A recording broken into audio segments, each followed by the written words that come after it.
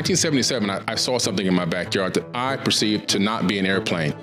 I didn't know about UFOs. I didn't know about aliens or flying saucers. I just knew what I saw was an orb. This is going to force science to rewrite books. This is the fractal. Yes.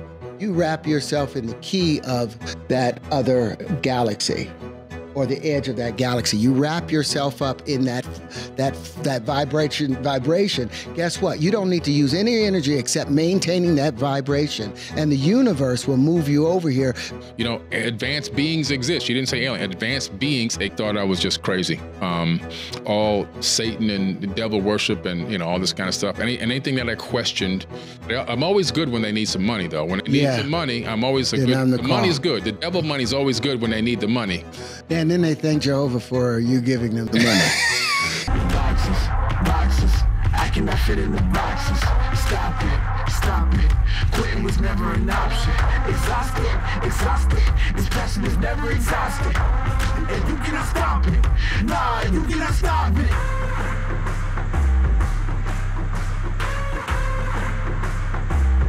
Quitting was never an option.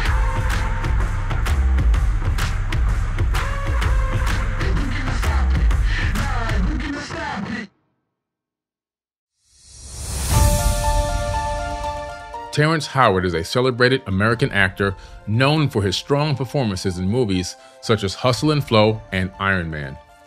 He was born March 11, 1969 in Chicago, Illinois, to Tyrone Howard and Anita Williams. He came from a family of actors. His maternal great-grandmother, Minnie Gentry, was a stage actress, and his mother and uncles were actors as well. His father taught Terrence discipline at a very early age. His family struggled financially for many years before Terrence decided to move to New York to become an actor.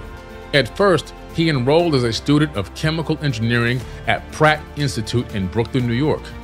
Dropping out after just 2 years, he began to make small appearances in television shows, including a part in The Cosby Show, starring Bill Cosby. Other roles during this time included a leading role in the television miniseries titled The Jacksons, An American Dream, and other programs such as Family Matters, Coach, and Picket Fences. Moving from television to film, Howard caught his big break with more prominent roles. The first of these was the 1995 film Mr. Holland's Opus and Dead Presidents, followed by Sunset Park in 1996. Psychopath over there on the bench. Science is my favorite subject, Mr. Bernstein. The Best Man in 1999.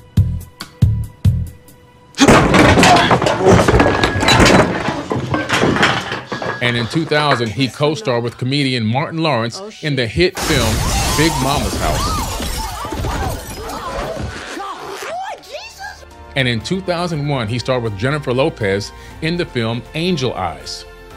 Other major roles followed, such as Hearts of War in 2002. We served our country, sir. Archer and I. Biker Boys in 2003. And Ray, featuring Jamie Foxx in 2004. Guys, you watching out for me? Is that why you get paid double what I do? Who told you that? Well, it's true, ain't it? You and Marlene have been gaming me since I got here. Ray, baby, listen. Got to listen to you. A self-taught musician, Howard plays both the piano and the guitar. You can see Terrence display his musical talents opposite Jamie Foxx in the breakout film Ray in 2004. A promising songwriter, Howard's lyrics were soon to be acquired by some of today's top and biggest artists. Howard's reputation as a respected actor was now confirmed, and he began to receive even more lucrative roles. In 2004, he co-starred with several of Hollywood's top stars, such as Sandra Bullock, Don Cheadle, Thandie Newton, Matt Dillon, and Ryan Phillip, Jennifer Esposito, Michael Pena, Brendan Fraser, Ludacris, in the film Crash. Man, don't walk up on me! I know this man! Get back! The film and the performance of the cast was critically acclaimed, and the cast won the Screen Actors Guild Award for Outstanding Performances by a Cast in a Motion Picture.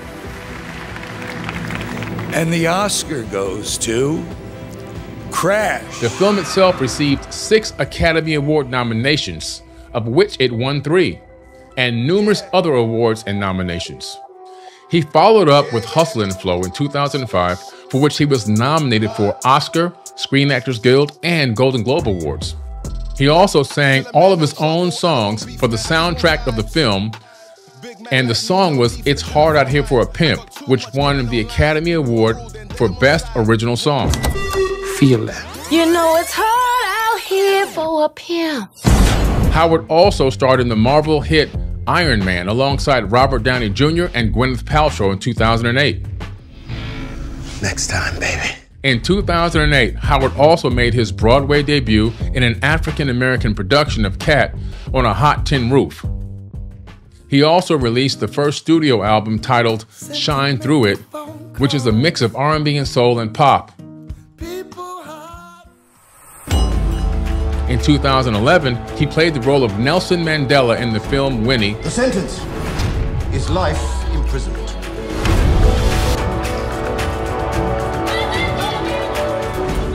He also appeared in the prominent television show Law & Order LA and also Law & Order Special Victims Unit.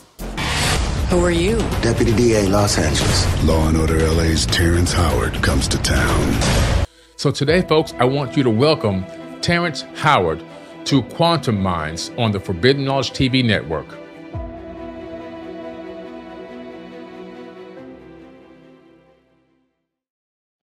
Okay, so Terrence, finally, man, we're sitting here in person. Welcome to the show. I think this is in person. Thank you, brother, for having me here. A lot better than Instagram cell phones. Yeah, that was not good. My backyard is not really cooperative with But you know what? I appreciate you sticking it out for over an hour and a half with the mosquitoes in the heat. I mean, you kept moving around to get away from the bugs, and you came through, man. So I appreciate it. Yeah, well, that was hard because my wife, she was like, "What are you doing?" She's my manager. Yeah. So she always wants to run through the business side of it, and I was like, "This is outside of our business." Right. With what we're doing, Yeah. I had to sneak to do that interview. You got to the backyard. Listen, man, I appreciate it. But you know what? With as crazy as it was with the connection and the bugs and everything else and the heat, the people got a lot of knowledge out of it. People really resonated with that. Yeah. They really seem to enjoy just the back and forth and the honesty. Yeah. You know, we both are coming from the same kind of place. I mean, I try everything I can to be a man of integrity. Yeah. You know, I only hang out with people that have integrity. Like I used to have friends before, and they would cheat on their wives. And I'm like, how can I be a friend with you? How can I expect you to have any fidelity with our friendship when you stood in a room in a church in front of your family and her family, all your ancestors from the past, and all that you will come to be, and you promise to do something, and then you break that, and you think I'm going to be a friend. No, we don't do that. We have the same mindset, brother, because, you know, I would meet people at different places where I knew there was going to be a lot of women business meetings. I would meet them like at the Ritz-Carlton on the patio on Fort Lauderdale Beach, and I'd be paying attention. Can they hold this conversation? Can we keep this conversation going? Can we work on what we're working on without your neck being broken in every direction, trying to catch every woman walking by in a bikini? And if they can't keep attention, if they're focused on the women more than the meeting, then I realize I can't do business with that person. No, integrity and bad association, like the Bible says, spoils the most useful of habits. And it took me a long time to learn that. Yeah. But we have to clean our associations. We have to clean our mindsets and our goals. Yeah. You know, you can't make it to the promised land holding on to the hand of someone who's headed in the opposite direction. Correct. Everybody's not going to go with you. No. That's just a fact. And so speaking of that, I mean, were you ever into religion? And if so, how did that encourage you to explore science and invention?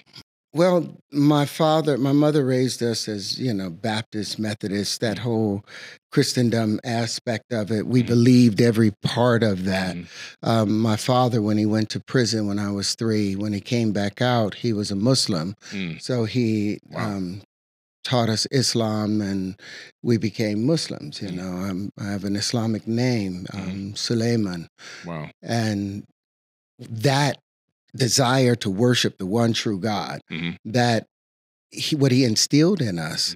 But there was something that happened when I'm like 13. There was a young brother named Yakub, you know, used to wear his dashiki, was really cool with my dad, had this great skunk-like, musk-like cologne on, and he was a man of integrity. But then one day I come home and there's a bunch of my father's friends around, all Muslims, and they're all talking in the living room. And I asked what had happened, and they said that Yakub was in prison, was in jail because he had apparently cut off some man's genitals who had urinated on the masjid. Oh, okay. Now I'm like, this is a child of God. Yeah. Yeah. You know, I don't care what my son does. Right. I would much rather you come and tell me than don't mutilate my child out of thinking you're respecting me. Don't kill your brother in this way, even if he doesn't know that he's your brother yet. So I began to question that. And then I questioned the idea of equanimity and justice. You know, how can just God burn someone forever? This is going back to the Bible. Yeah. For something that they have done, even if it was heinous, for 30, 40, 50, 60 years. There's no way I could burn my child that went wayward forever and torment them forever, calling myself a loving God. So then I had to look at the doctrine and where it was leading me to and what was the necessity of it. And you have to look behind the curtain. You have to ask the hard questions. And yeah, that had a lot to do with me looking for truth. And the Bible did say something that impressed me. It said that God was suspending the circle of the earth above nothing at all. And this is at a time when everyone considered the earth to be flat. Right. You're going back now. Excuse me. That's okay.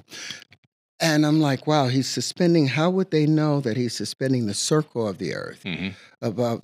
And then there was another point in Job, it says, where God was four angels are at the four corners of the earth holding back the winds. And I'm like, how does a sphere have four corners? You know, so that ignited a desire towards geometry and understanding it. And that's what the all shape ultimately was, those four corners. You know, that discovery. And all that came from Walter Russell and him speaking about the doubling sequence in the 1, the 2, the 4, the 8, the 16, that process. But the necessity, in order for anything to be measurable, it had to have 4 equal and opposite or measurable dimensions. Yeah, exactly. That blew my mind because it was no longer this 3 that we've been hit with. It was this 4. And when I started applying that, all the other things opened up. It just unfolded. So the Bible did play a part with that. My father's desire to seek truth had a big part in that. Yeah, yeah. Well, I know that you mentioned before on a few podcasts that, you know, your journey in quantum physics really began with yourself. Yeah. And how does one begin? And I'm in the same boat as you, obviously, but I want other people to hear, like, what was your journey in learning quantum physics? Well, you hear these stories about Einstein or these great inventors or physicists, but then the information and the theories that they present are contradictory to each other.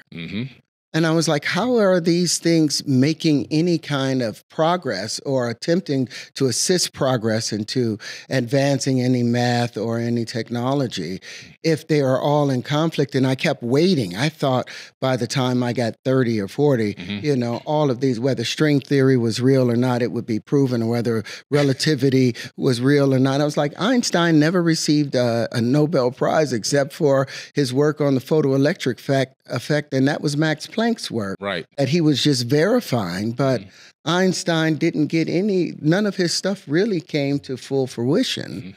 But he's still considered as this prop placed up by science.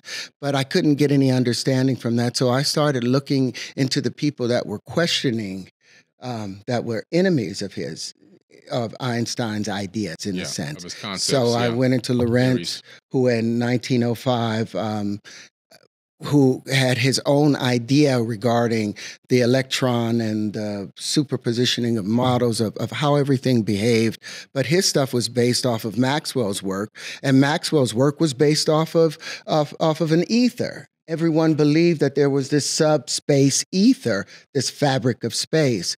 And so I looked into their work and John Keely's work and Victor Schauberger's work. His work is incredible. I mean, I remember doing an episode in Deep Space, a TV series I did years and years ago, and I had to study Victor Schauberger and just like blew my mind. That he was so conscious. Oh my goodness. And passionate about you're killing the forest. This forest is dead. You've killed the water. How in the world do you kill the water? Right. Dr. Yamamoto didn't come out with that until what, the 80s? The 80s, yeah.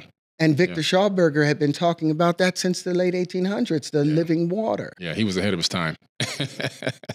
For sure. So those were influences that led, but I had to go in search of that. I went to school for chemical engineering or applied for electrical engineering, but I was looking at the antiquated ways in which they were dealing with the universe or their approach to it and asking questions, and they didn't have an answer.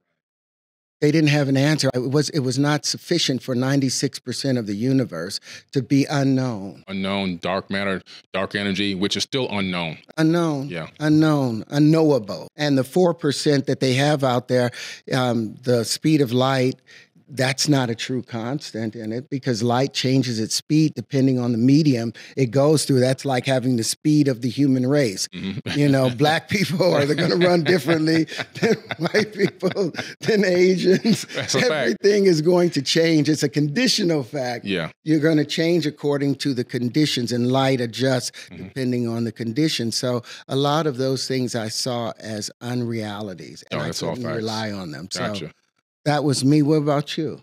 Well, me, you know, it was really interesting. I loved science when I was in school, science and chemistry. I was really good at it, but I didn't have a thirst for it until around 2010. So around 2010, how old were you then? 39 years old, and you know, I had already been studying aerospace technology for years. I studied aerospace technology since 1977. In 1977, I saw something in my backyard that I perceived to not be an airplane. I didn't know about UFOs. I didn't know about aliens or flying saucers. I just knew what I saw was an orb, a little bit longer or elongated than an egg, glowing metal, and it moved across the horizon in seconds, not minutes. It didn't have a cockpit, didn't have wings, didn't have windows on it or anything. And it came back and stopped completely silent, and it just disappeared again. I ran in the house and told my mom, and she was like, there was advanced beings in the ancient past. And she told me about Machu Picchu. She said they used to live on tops of big mountains. And that was in 77. Fast forward, that gave me a quench and a thirst for technology, just understanding aerospace, swept wing, delta wing, ballistics, and everything else. I studied all that stuff for years. Didn't get really deep into the science other than basic high school science. But in 2010, when I was 39, something really changed. I had an experience, a very strange experience at my house with, I don't know exactly what it is. I mean, I talked about it on a few podcasts before. I felt like an otherworldly experience that I had. But after that experience happened, something happened to me with wanting to understand science at a deeper level, into quantum physics. And I really started deep diving into physics. A lot of the same people you mentioned, I was researching them, studying them heavily. I actually went to Khan University, Khan. It used to be free, but now you have to pay, I think, a minimum like $10-15 a month or something like that right now online, an online university for quantum physics. So I went there online, started taking those courses, and I was able to understand all this information. And it was so incredible. I just kept diving deeper. And then I opened up a Facebook group for quantum physics on Facebook, and it grew to like 140,000 students. And I would help them answer questions in there and so forth, over time. And so that's really how I got into quantum physics. I just really developed this thirst for it. And I'm only talking about that incident that happened because it didn't happen until after the incident. Something triggered something or sparked something in me that made me dive into it. And then I was able to see the connection between the science and spirituality. And I realized that the quantum physics is really explaining what's happening on the spiritual realm. In other words, the quantum physics is the breakdown and understanding of spiritual energy and what's really happening when you're meditating, when you're focusing on things, when you're trying to manifest reality. All those things are really explained through quantum physics. Yeah, well, it's you're that observer or the spooky spooky action at a distance. Yeah, spooky action at a distance. Yeah. Your observation of it, it affects things. Things aren't just, you're not just perceiving it. It has, when you put your finger in the water, the entire ocean has to register that change of motion and condition. Yes. It has to be understood on some level. So us gaining information by what's been laid out in front of us, presented before us, most of that is speculation. Because like I was saying before, all of those things, all of that 4% of the universe, they've received Nobel Prizes and all of that for it, but they haven't produced anything that's changing the world or the conditions or making the world a better place. So it still looks like Solomon said, you're chasing after the wind. And when you start questioning these things and going back into meditating, going back, like when I tell people that a lot of this stuff came to me, like you, after having that experience and seeing that aviation phenomenon, it made you question and look into things. Well, likewise, having that dream when I was 4 or 5 years old and being reminded that I was someplace before here, and seeing all those geometries and wondering, why had I never seen those in school? Right. And looking for them in school. So I started looking in the Encyclopedia Britannica, and that's where you get the Platonic solids. But then you have to start what we're afraid to do, is question what happened before the Big Bang. Right. Yeah. Okay, well, how did this straight line come to be? I started questioning all of those basic things, questioning down to the calculator, questioning every aspect, and questioning, okay, if what they said about God is true, that means I'm an artifact. That he just formed some clay and made me and blew some life into me. And they forgot to mention, or the people that was writing it was unaware of the Brownian effect, that clay is not some dead, unliving material. That clay is alive. It's vibrating and polarizing from positive to negative. Everything, and it's mating. Everything is mating. Like when I mentioned wave conjugations, I always hear, oh, waves don't conjugate. It's like, no, you don't understand that these things are living and are mating. The sex principle is a big part of everything. That's how the universe reproduces itself. But then questioning things like, in a contained universe. Well, this is the biggest thing that happened to me when I was a kid. When I thought I was doing something, I was 13, and I dropped a pebble into the pond, and I watched it expand, and I realized everything expanded as a sphere. But if the universe was infinite, then it will just keep expanding out, and you'll never see it return. But the moment I started seeing returning waves, and those returning waves were now hitting these expanding waves, I saw the same geometries that I had seen in those dreams. And I'm like, oh, so the universe isn't infinite. It has to be finite. And everything inside the universe has been built from the outside in. It's not the inside building out, it's the outside pushing in these contractive forces. Oh, so that gives me a different insight as towards the effects of, or the anomaly of gravity. When you start looking at it from what has been and not based off of that big G has always been God in the scientific world, you have to question that sometimes. That makes a lot of sense what you're talking about, how the wave pressure coming in is helping to collapse this reality. It holds it in place. Yeah, because, even if you look at the double slit experiment, when you're not observing the electrons going through the slits in this microscopic box, they act as waves of potential. But once you look, they collapse back into digital matter again. But when they're waves, they're giving you this superposition. Potential waves of what? Potentiality. But consciousness can collapse that back in. And in my opinion, what's happening is when a conscious observer is looking at these waves, it's like that force coming back in on the wave and collapsing it into the illusion of solidity. Yeah, the illusion. There's all of this is an illusion, and to consider all of our collapsing waves, like the weight, the atmosphere, the pressure, the weight of the atmosphere. That's what holds each system together. So it should be the returning magnetic waves are responsible for the things that we call matter holding itself together. But if we just go on. No, this is great. This is phenomenal. Man. This is a great conversation. I think people are going to get a lot out of this, and I'm so glad that we're here doing this in person, man. Because this is going to be. I just want to I like giving people credit where credit is due. And I really think you have a magnificent mind. And, whether a person went to Stanford, Harvard, or MIT or whatever, it means nothing. It means absolutely nothing. Because who was the first quantum physicist? And where did his degree come from?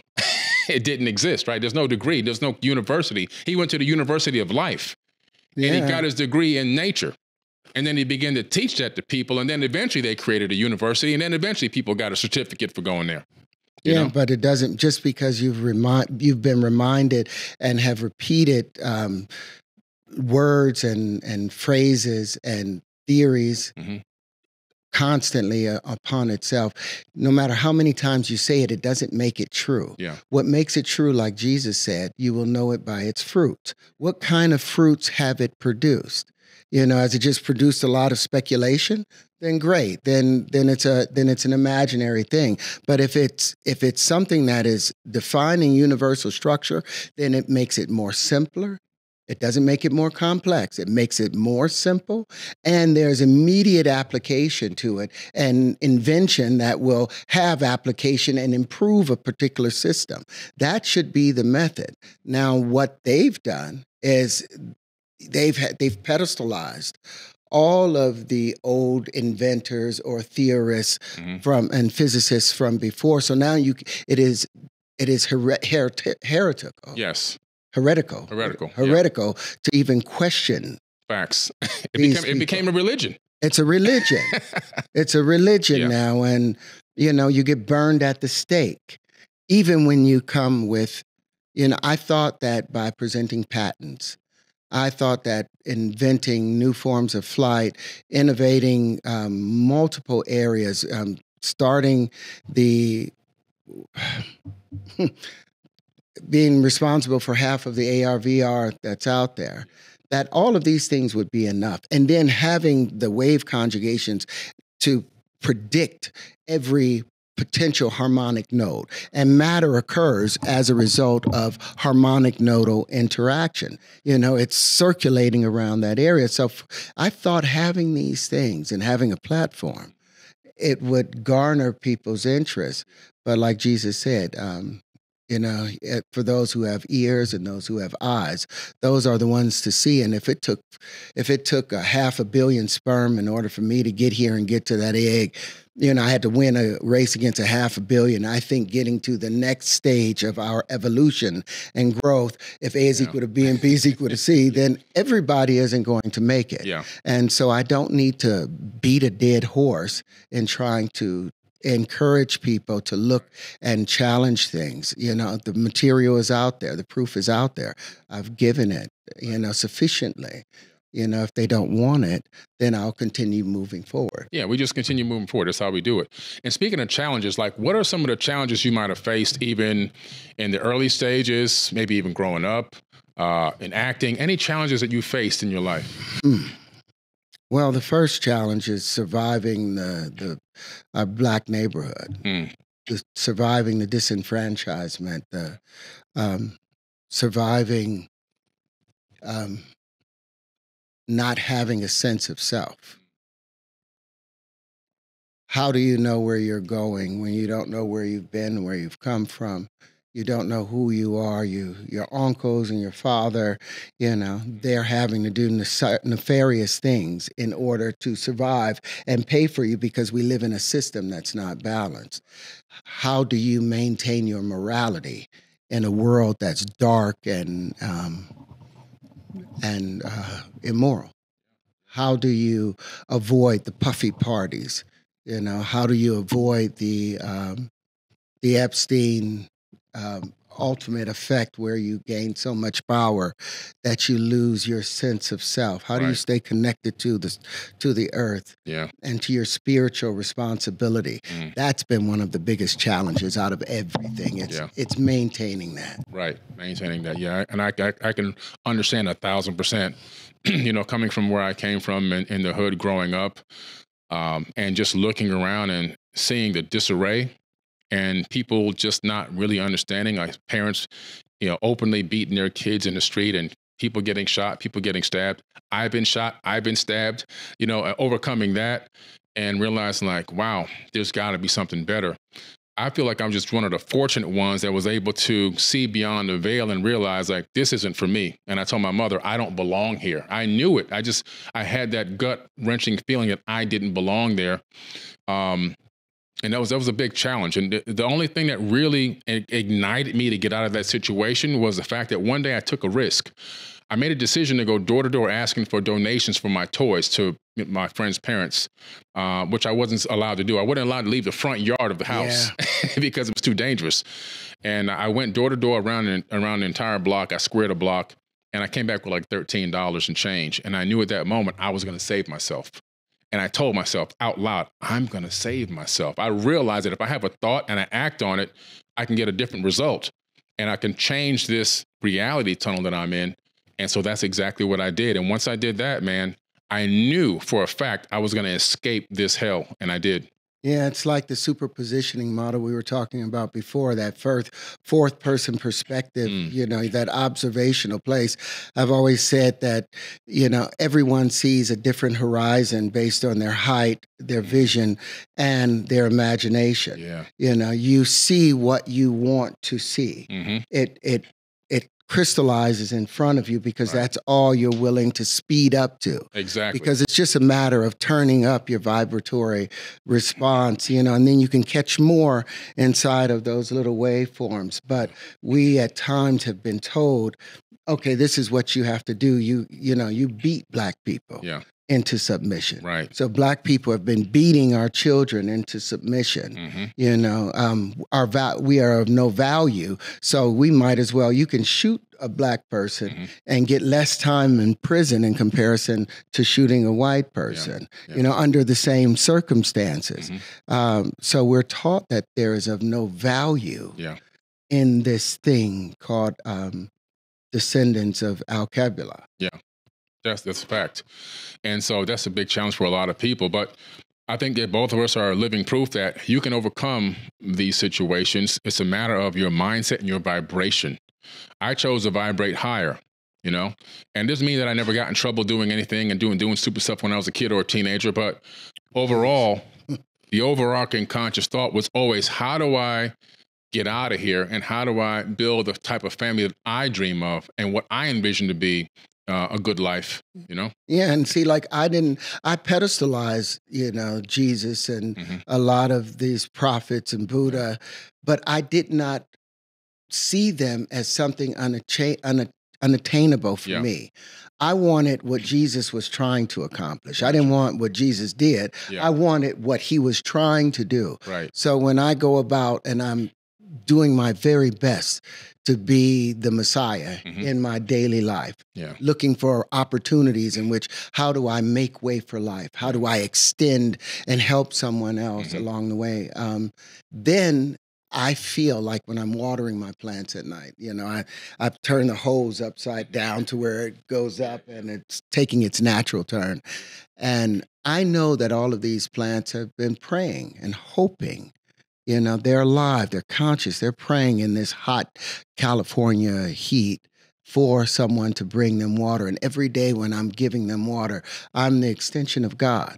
I'm making their dreams come true. And sometimes my wife is upset about the fact that I'm out there putting all of this time into it, but it's what moves me in hopes that when I'm in a situation that there's a greater being that's able to hear it. And if everybody is doing that, and conscious of every thought that goes through our minds, the entire universe has to share that thought. Yes. Whether you carry it out or not, the entire universe. So we are responsible for how God is perceived. Facts.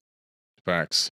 And I tried to, I went live the other day and I was really going in hard. I did one of my rants, right? And I was ranting about the Electoral College.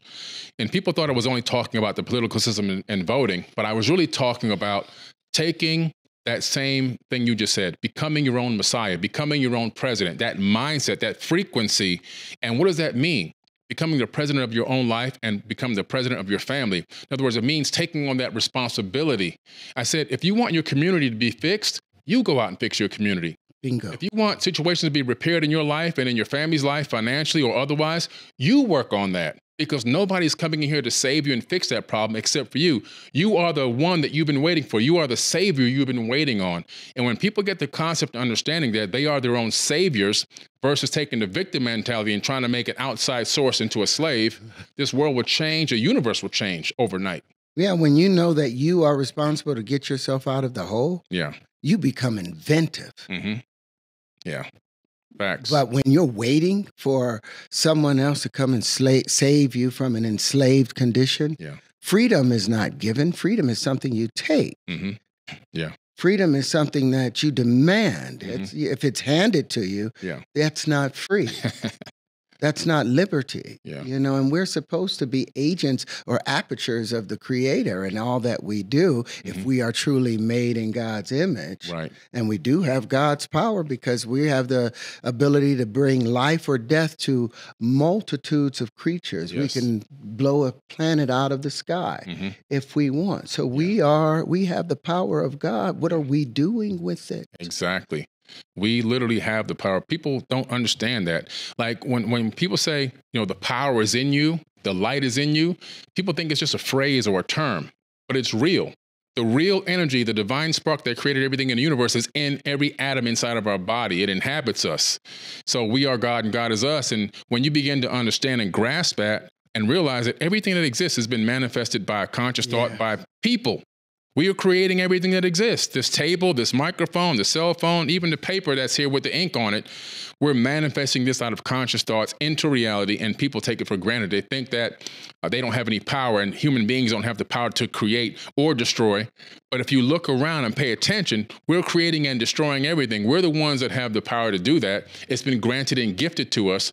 We just have to know how to wield that power. Well, maybe we're just a product of this condition of when the earth or planet gets to this particular position from the sun, and the earth will ultimately have to be pushed out to where Mars is, and everything will expand on it. There has to be something that tears it down. So maybe humanity is that thing that tears down, you know, that which was put up. Maybe that is our position, because apparently that's what we seem to do. We're very caustic, and I'm hoping that we can become non-caustic, and maybe that's the idea of what Homo sapiens are. Homo sapiens.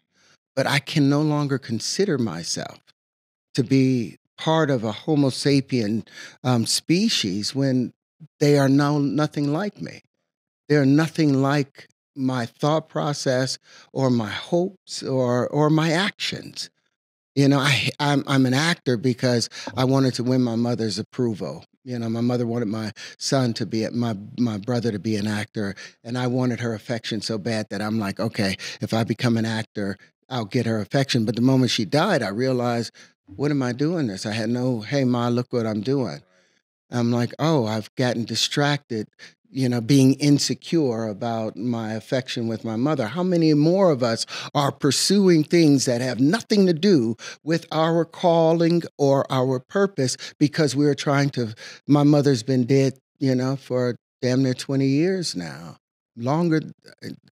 You know, I can't waste energy trying to please her when I already had her approval. Right. I just was insecure. So bound yourself up, strengthen yourself up, and get to the job that you have to do. Otherwise, you're wasting your time, and you'll end up being relegated to another purpose instead of that which you were supposed to accomplish. Man, you're speaking true facts today. I had run many companies. I built several big companies. Before I got in, became Forbidden Knowledge, I was running a huge call center, a 5,000 square foot call center in Fort Lauderdale. And we had about 50 people on the phones, 2 stories of this nice building, and generating about $150,000 to $200,000 a week in gross revenue. Doing pretty well, but I wasn't happy. I wasn't happy because, well, you know, I wasn't living in my passion, obviously. My passion wasn't being fulfilled. It wasn't something that that I felt was my true mission here. I knew what my mission was already, but I was thinking, I know this is what I'm supposed to do. I'm doing this super part-time because I started in 2007, right? But I'm like, but I have to make money. I have to pay. I got a family. I got da-da-da-da, right? And I didn't realize that once you live in your passion, and you exchange that energy for that passion, and you find a need for that passion in the world, the money shows up as a side effect. So you don't have to chase the money. And when I realized that, the day that I realized that, I walked into the office and went to my partners and said, guys, I'm out of here. And they said, what do you mean? I said, I have to really follow my passion. I have to walk away. And they were stunned and shocked because I had set this whole system up and it was very successful. And they said, well, how much do you want for your share of the company? I said, you guys keep my share. I'm starting from zero. And I walked out and I became forbidden knowledge, you know, and I just started from zero. You know, it took me from 2013, beginning of 14, all the way to 2017 before I turned on monetization to try to figure out how am I going to really monetize. I had to build it first. And then from there, you know, I continue to grow every single year. But man, but you say, if you're not living in your passion, you're doing something else that has nothing to do with your true mission, and you're in agony. And every single day, I didn't even want to do that work. I didn't want to get involved, and I didn't want to go to the office. I got to the point where they're like, "Are you coming in today?" And I wouldn't come in for like a week at a time. And I realized, man, I'm just burning years. I'm burning time, and I'm not making any change. There's no appreciable effect on the planet because of what I'm doing there, and I have to make a change. Do you remember that book, Who Moved My Cheese by Spencer Johnson? Oh, no, I don't know that one. Oh, my God. Check it out. You'll love it. But it's a story of these 4 little creatures, 2 little mice and 2 little people. Yeah. And they live outside of this enigma.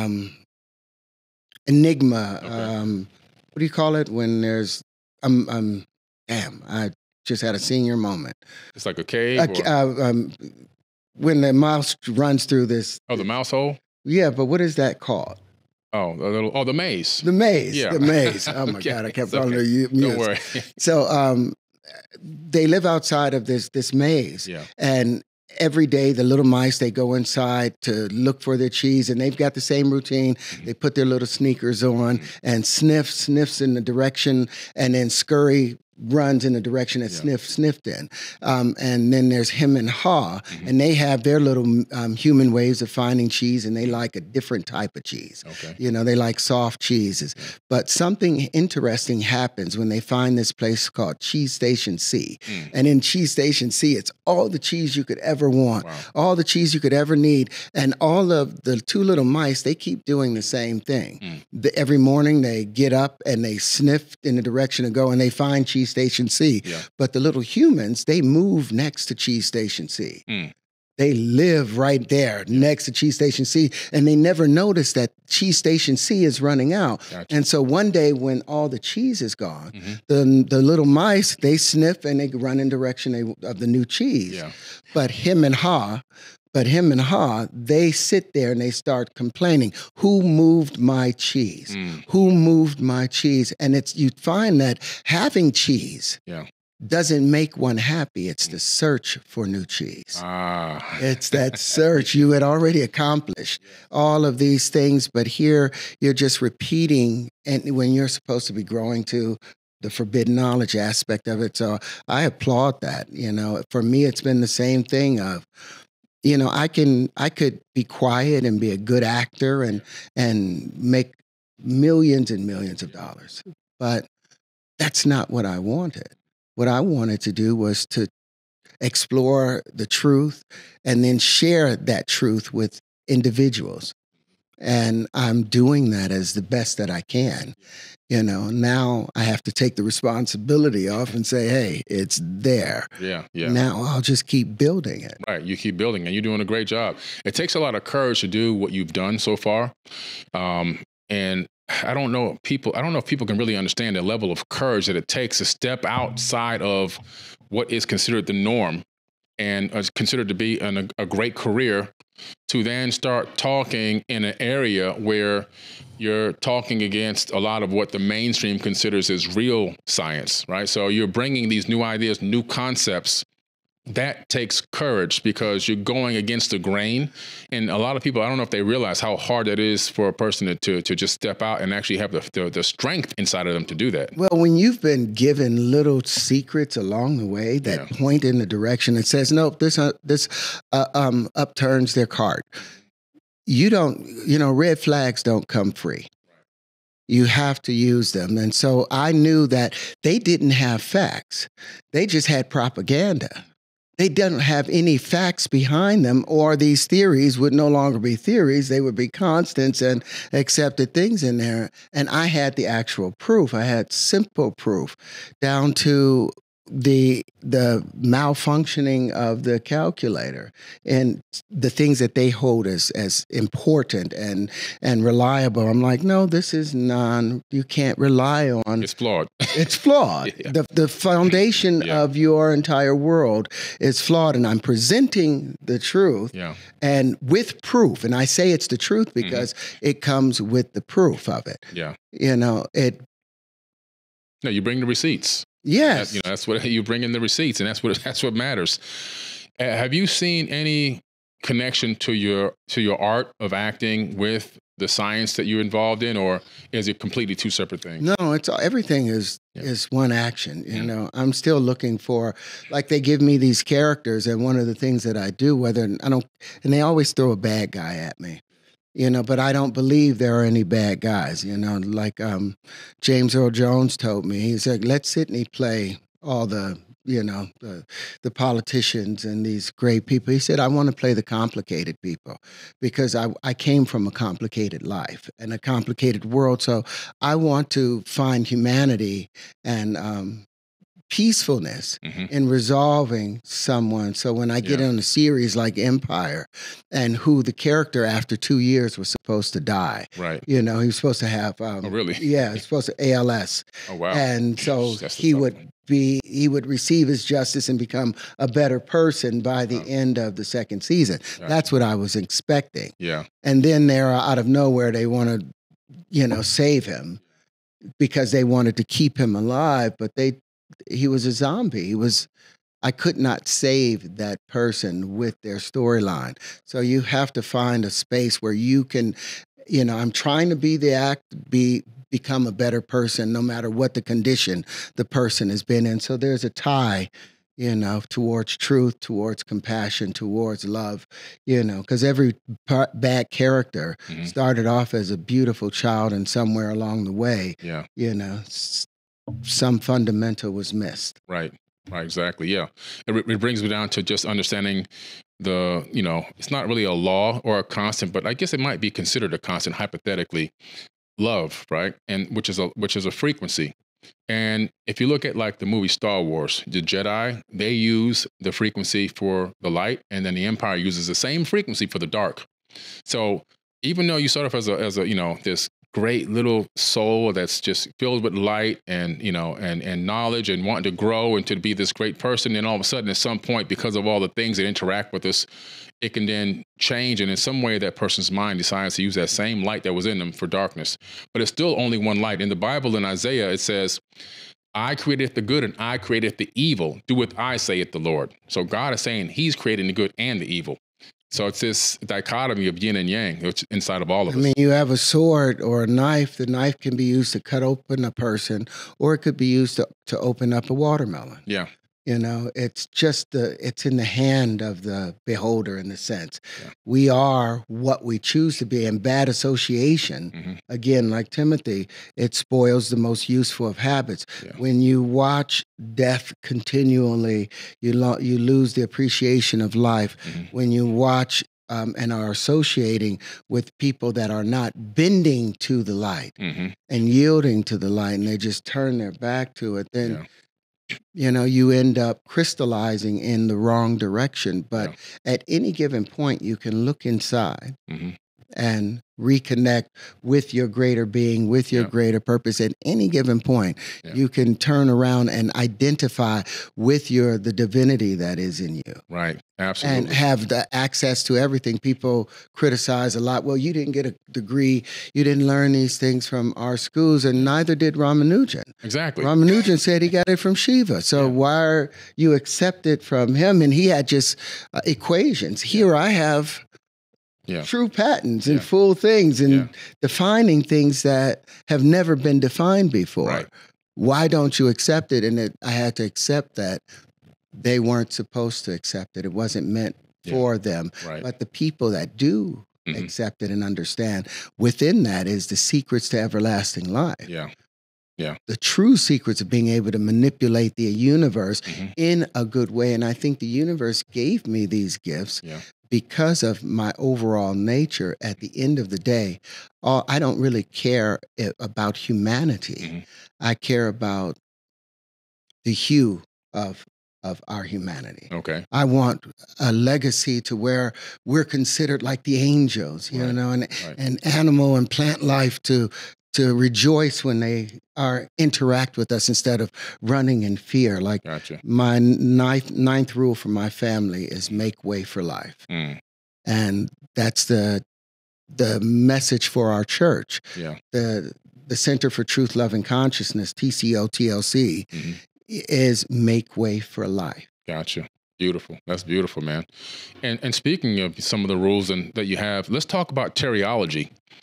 You've introduced the idea of Terryology. It's a different approach on how you see the universe's fundamental building blocks. So let's get into that. Well, see, the funny thing is that was the writer for the Rolling Stones. That you came up with that term? He said Terryology, and I think he said it as a slight. Because that entire article was seriously a hit job. Wow. But I told him about the Tetrotarian wave conjugations. Okay. That's what it always was, but they began calling it Terryology. Oh, gotcha. Just to like a little jab. As a jab. Yeah. But the fact that they're talking about it and had to talk about it actually added to what we're doing, because these are, what I did is I took the flower of life. So if we go to my book, tcotlc.com, this is kind of the journey of how these wave conjugations came about. Okay. I was told that our fundamentals came from the Platonic solids. And my question had always been, because I always wanted to get to the root of things, like I loved etymology. I wanted to get to the root of the word and understand what was intended. Yeah. So I wanted to know where the fundamentals came from. And they said that the fundamentals were the tetrahedron, the octahedron, the hexahedron, the icosahedron, and the dodecahedron. Right. And I was like, okay, where did these come from? Well, they come from the idea of a straight line and a flat plane and all having regular sides. But I was like, so where did the straight line come from? Yeah. Here I am asking, how did God come to be? Right. Because God is the straight line. Because what do they say? We want to straighten something out. Yeah. If there's any situation that's wiggly, let's put a ruler on it. Yeah. Let's straighten this out. Let's get it all squared away. So that's their kind of God. I was like, let me look at this. And since Newton said every action has an equal and opposite reaction, that's never been argued. Therefore, the greater the action, that means the greater the reaction. The greater the reaction, the greater the resistance. The greater the resistance, the greater the curvature. And since the Creator demands equanimity, everything has an equal and opposite reaction. Therefore, every reaction is going to be curved and based on the angular momentum that's created from the intersection. So I was like, so where did they get these straight lines from? If God couldn't make straight lines, they invented them. So where did they invent them from? I was like, well, I went to the oldest and earliest information I could find. And this is what really got me, because it took me back to those dreams that I used to have. Here, I'm pulling something up. Now, here's the flower of life. Okay. Yep. the age of it is almost unknown. Oh, yeah. But each and every, it's 64 overlapping circles, but there are no straight lines there. But at a time when the thought was that there were straight lines or the world was flat, guess what they did? They averaged the spaces where the circles overlap. Exactly. And I was like, oh, that's an average. That's an approximation. That's not real. Right. You know, the Pythagorean theorem coming from the cube. And I was like, well, maybe they didn't open the flower properly. So what I did was the little Jiminy Cricket that's been leading me along the way, it said, why don't you lay out the flower of life and open it based upon the relative factors? Let me go to page 134 in the book. That was just on 64. Okay. And said, why don't you open it based upon the actual actual pieces that make up the flower? Right. And mind you, I was still trying to figure out what were those shapes that were being presented to me when I was 4 and 5 years old. Right. I hadn't seen them yet, even after in researching this stuff. And then this is when it all came into being. Yeah. I was like, all right, oh, this is tight. Wow, that's good. Let me do that again. Let's go right. Sorry. That's tight. Okay. So I was like, what happens if I take 4 of the individual pieces that make up the flower? And that's 4 of the triangular pieces that makes up the flower. So I was like, if I take 4 of these triangular pieces and put them together based on universal ratios, then it gave me this negative space where 4 bubbles met. Right. And based on what Walter Russell had talked about in the nature of how electricity moves, it's always seeking a higher pressure condition. Yeah. So this area in here, let's see if this will open up, get a little bigger for me. This area right here is where electricity is going to be spinning northeasterly. Okay. Spinning to the right. Now, as the electricity, as each wave hits here, now it's being pushed by other waveforms, and so it gets pushed out to these vortices at the tip, and now it's no longer able to spin northeast, and so it starts, because it has low density, it has nothing to push against, so it starts spinning southwesternly. Gotcha. And now this is where it becomes magnetism. Well, I found it interesting, but they gave me the patents for this thing, and I called it the tetryon. Yeah. You know, but it turned out to be the geometry of hydrogen. And I'll explain that, I will qualify that as we go along. Then I was like, well, what happens when 8 bubbles meet? Now, what was interesting, this is the negative space where 8 bubbles are meeting. Yeah. And you have the 8 contractive sides for the Huntian.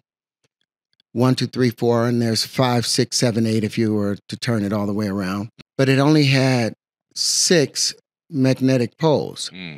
So that meant that it had a greater electrical potential than a magnetic or repulsive potential. And I was like, wow, that sounds like a neutron. Yes. That sounds like the work of a neutron. But what was interesting, I was like, but how does it have, in nature, everything is always balanced. I was like, so this having a greater electrical potential than a repulsive potential, magnetic potential, I was like, that wouldn't exist inside of the universe unless this right here, each time these tetrions, these 4 tetrions, as they unite around or combine or interact, you'll see that they are taking up 1, 2, you have 1 and 2 of the electric potentials taken up. And they gave me, again, oops, God forgive me. I will have me a engineer one of these days with me. This is like some, but you still have 6 bubbles meeting, and they gave me the patents to that, but you still have 6 unaccounted for. So I was like 6 electrical poles unaccounted for. So I was like, what happens when 6 bubbles meet? And here with 12 bubbles meeting. And now you still have 4 unaccounted electrical poles, and it's a stable system. And I called this an Aubrian. And I'll show you in the video that I just showed you the supersymmetry of it. But then I was like, what happens when you put 24 bubbles together? And again, all of these the patents were granted. But you'll notice this entire thing is literally the pressure condition that's generated from 8 of the tetraons pushing on a given point. Pushing on this one center right here. So this doesn't really exist. This only exists as a result of the condition of these tetraons or these atoms in relation to each other. But as a result of this, the entire universe ends up making sense because this pressure condition, you know, the moment you remove the pressure condition, now it goes back to being separate tetraons. So I was like, it made sense with the massless particles, those ideas. But then when I put them all together. This is incredible because when you look at this basic science of accretion, right? If you take matter, if you take flour or small amounts of rocks and take them into orbit around Earth and then release them, they're going to naturally attract, and the pressure conditions are going to create an accretion disk, and that accretion disk is going to begin to spin on its axis, which is the formation of planets. And that's all those waveforms returning back onto each other, returning back to each other. So it's like they're looking from the inside out and wanting something to come from in here. But I want to get to these videos, 5 different pressure conditions that replace the platonic solids. You have a grand unified supersymmetry that don't exist. Here's where 4 bubbles meet, meeting where 8 bubbles meet, meeting where 6 bubbles meeting where the 12 is meeting. I put 5 of where the 12 coming together. They make natural star forms. I put 10 of them, and they create these natural icosahedrons when you put 2 of them on top of each other. I was like, this is the building blocks of the universe. It's the building blocks of the universe. You're talking about the fractal matrix at the central of its core, unfolding this flower of life into multiple dimensions instead of a flat plane, and showing how you can build anything. Anything. Build a planet, a sun. There's a video where we rebuilt the planet Saturn, which I found very fascinating. Very similar to the Mandelbrot set and fractal mathematics. But you're taking this flower of life, which I personally believe, my hypothesis on the flower of life is that's the face of God. Bingo. It's the face of God. Yeah. You want to see creation. You want to see the divine energy, where it's coming from. You want to see everything that exists in a known and unknown universe. Well, there it goes. Watch this. This is us taking a basic physics simulator, the same simulator that they use at Princeton, at Oxford, that the students use at Harvard, and we put in a few massless particles. We didn't put any animation into it, nothing like that. And just ran the program with linchpins in their position. And just so the audience understand, linchpin is literally those 6 sides that come off of the tetraon.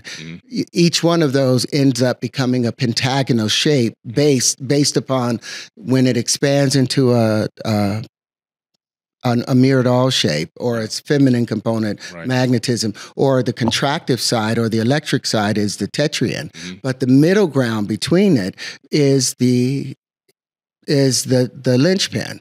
And so when we put those linchpins in rotation, this is what came up. So what we basically did is at all of these individual points, we put 4 linchpins into rotation with each other. Gotcha. Now your massless particles, would that be the Higgs boson? Those were just the massless particles. We put not massless particles. We put like 300,000 mass, particles inside it. I wasn't supposed to say massless. And these particles, just to give it rotation, and in the center of it, we gave it a harmonic, just an on and off harmonic, and allowing it to play itself out without us doing anything. But hitting play and letting it go through a few rotations of it, this is what it ends up generating. Let me go up a little further. There. Should start moving now. Yeah. But when we edit, you'll be able to play the whole thing through inside of there. Yeah. But it ultimately rebuilt the planet Saturn with its rings and the hexagon that's found at the top. And this is without animation. Yeah. This is without any fudgery or pushing. Right. And this is without gravity. Without dark matter, without dark energy, just using linchpins and the vortices in association, we were able to rebuild this planet the same way that I said we would do in that interview where you first, showed love to me when everyone else was like, he's crazy. Right. You understood that I was talking about a simulation and not building the planet Saturn, but with the right vortices and technology, we now have the ability to rebuild a planet based on these wave conjugations. Right. This is what it's able to do, and it's repeatable. Yeah. It's something that they could. We put the entire description at the bottom of it of how this actually works. What it, but it's incredible that it even creates the hexagonal shape at the top of Saturn. At the top, which has been a big question mark of how that came to be. Right, but it's through the natural formation, through this process of the opening of this flower of life, the energy pattern that exists throughout the known universe, and involved in the accretion process of creating the planet, and then you get this shape, this formation. If you look at this, I'll read this off, just so the audience will understand it. It says the following models are gravity-free physics simulations and are not animations nor CGI graphics in the standard sense, as there are no keyframe animations present. All of the forces being used are externally applied vortexes only, and limited use of central or offset magnetic fields. There are no other internal attraction forces present in the simulation, meaning there are no gravity in there. They are using emulated particles of specified masses in conjunction with specific externally applied forces, harmonic resonances, and emulated magnetic fields only. Everything that came from here came from just how nature would react to these vortices in relation. And this is without creating 96% imaginary material for the universe. I mean, based on the scientific method, this should be the proper walk and should be considered. It should be being tested. I have it on my front page of my book with all of the things how we built the simulator or the simulation. But it was all based on linchpin, which is all still based on that tetryon. Right. And to have this prediction ability to rebuild a planet in itself, and they've never been able to do this without adding imaginary stuff. This is nothing but true physics tapped into it. You're talking about tapping into the real God power. Now, that's what you're talking about doing, tapping into the God power. You're talking about right now we're a type 0 civilization. You skipped over type 1 and went straight to type 2 civilization, on the scale that they have for civilizations that could exist in the universe. And this is more like going into type 2. So you've really jumped past type 1. We can manipulate the environment. So that means transmutation. If you can do this to an entire planet, you can do this to any element, and every element has a prime resonant frequency by which it bonds or breaks its bonds. Those prime resonant frequencies are easily discovered, through resonance. You can, through their light, the light forms, you can easily manipulate anything, but that becomes a threat because they've built their entire world off of inefficiency. Yes. Everything is built off inefficiency. They monetize inefficiency. They monetize corrupt systems that don't function properly. Because if you have a system that doesn't function properly, at some point the system is going to break down completely, even though it wasn't working properly to begin with. And that creates the ability for them to generate another ineffective system. And we're living in a world full of ineffective systems where we're being monetized on insufficient systems that don't really provide what they're supposed to provide. They're not giving us the maximum capacity of efficiency that we should be getting. No, they profit and monetize the expectation of loss, the expectation of falling and drowning. And they're like, we're going to save you at this point. We're going to save you at this point. But they have, and you put money into those bonds of saving, and you never get saved. Yeah. They just put it off. They put off the salvation. They put off your ability for liberty. You know, when you'll be self-sufficient, they want you still at the nipple. And when you have the fundamentals, when you have the truth about you, you don't need any of that. Right. What we're able to do, I'm going to go to a screen again. Okay. Like with linchpins, one of the beautiful aspects is when 4 of them come together, you'll see what Tesla was talking about 3, 6, and 9. You'll see 1, 2, and then 3. Yeah. 3 of the shafts bond. Then the next one will be, you'll see 6 bond. Yeah. And they're about to make a magnetic bond. Yeah. And when I say magnetism or magnetic, I'm saying they're about to expand out. As you can see, it's expanding from the center. And now you'll see 9 come in. And when Tesla said, if mankind understood the magnificence of 3, 6, and 9, he'll have the keys to the secrets of the universe. You know, this doesn't happen by accident, and it repeats that same tetrahedral form when 4 of them come together. And then 8 of them will come to, or 4 of these will come together and still repeat the same pattern. Wow. That fractal pattern. And what's really beautiful and ties everything together, you'll see that all of them come around the tetrad. Yeah. This is what sold me. This is what made me say, man, this guy figured out something that's so incredible, so dynamic. This is what should be on the mainstream news every night instead of the garbage that they've been feeding us. This is going to force science to rewrite books. This is the fractal. Yes. This is 4 bonding. You know, this is a magnetic bond. Let me show you how electricity behaves. Now, instead of, and you've seen this, but for the audience, instead of 4, now electricity is a higher density, always has a higher density, and it's always seeking a higher pressure condition.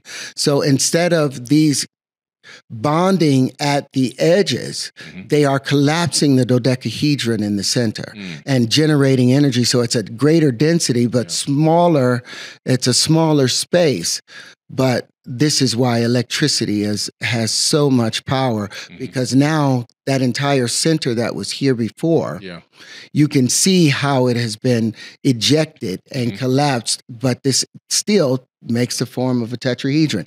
And these will keep bonding and making other structures, predictable structures. Yeah.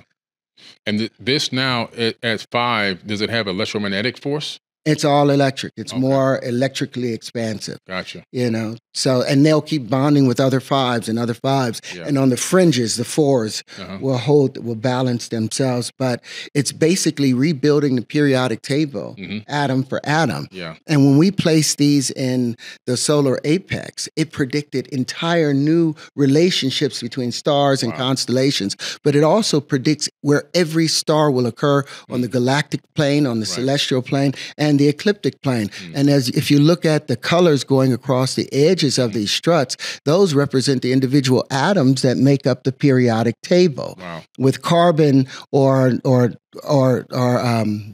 hydrogen, carbon, and silicon and cobalt being on those center places, and then on the far edges of those, you'll have on the red side, you have your lithium, beryllium, boron, and then it just expands into the next octave, I mean, it's a concise story that's predictable and proven. Like, we were able to throw it into Chat GPT because now they're calling this the Howard comma. Right.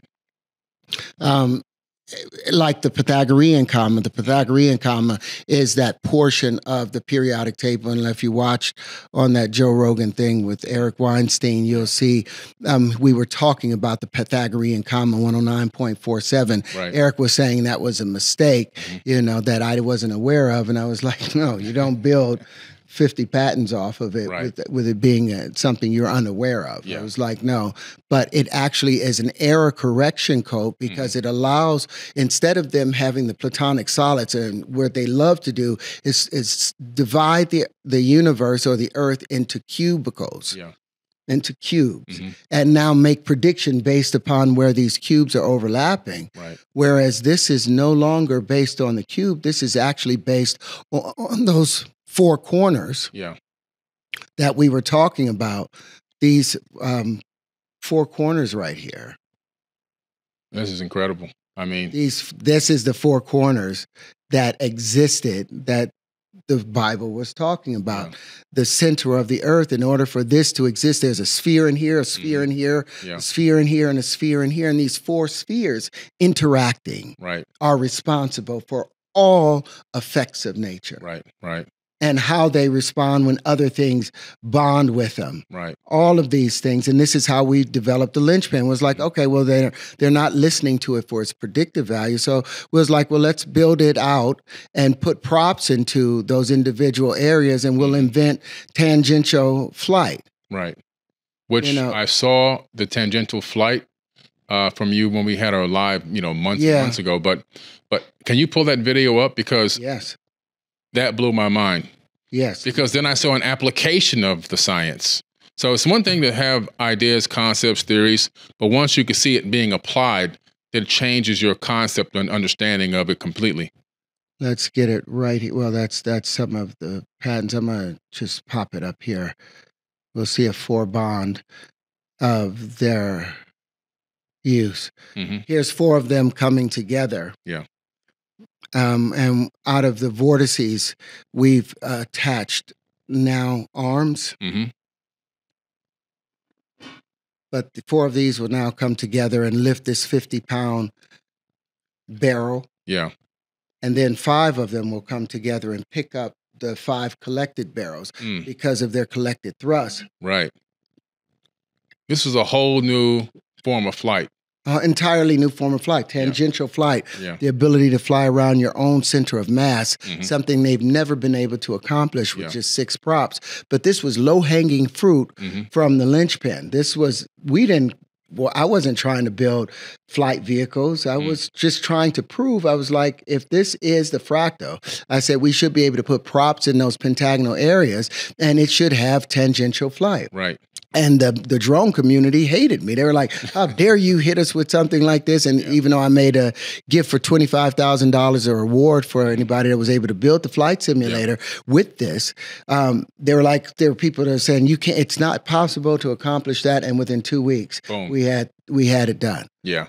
By putting it out into the universe. And now these 5, so this is the end of cranes, or this will be able to greatly assist in how we do construction and lifting and bringing things home. And they're all autonomous. This starts making you even ask questions like, could this technology have existed in the ancient past?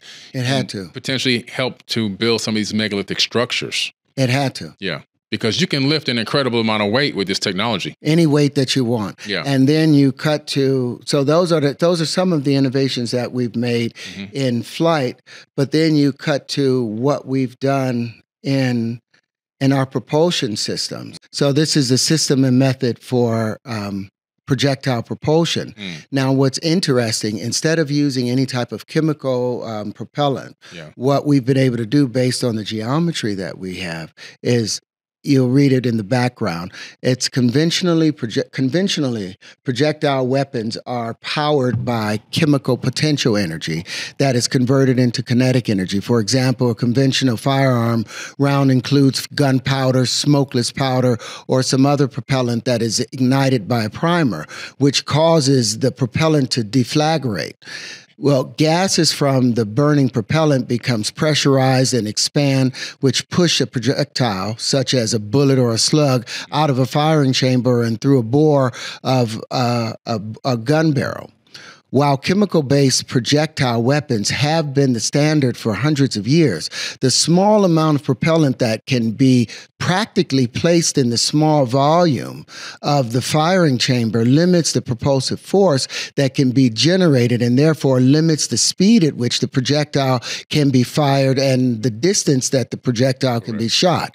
Well, the summary of this disclosure, and I'll just read this first paragraph. The present disclosure describes systems and methods for projectile propulsion propulsion, where the propulsive force is applied by an electrically overloaded capacitor, which causes a portion of the capacitor to explode and generate an explosive propulsive force to propel a projectile with substantially more force and at a substantially higher speed than is achievable by conventional powder-based rounds.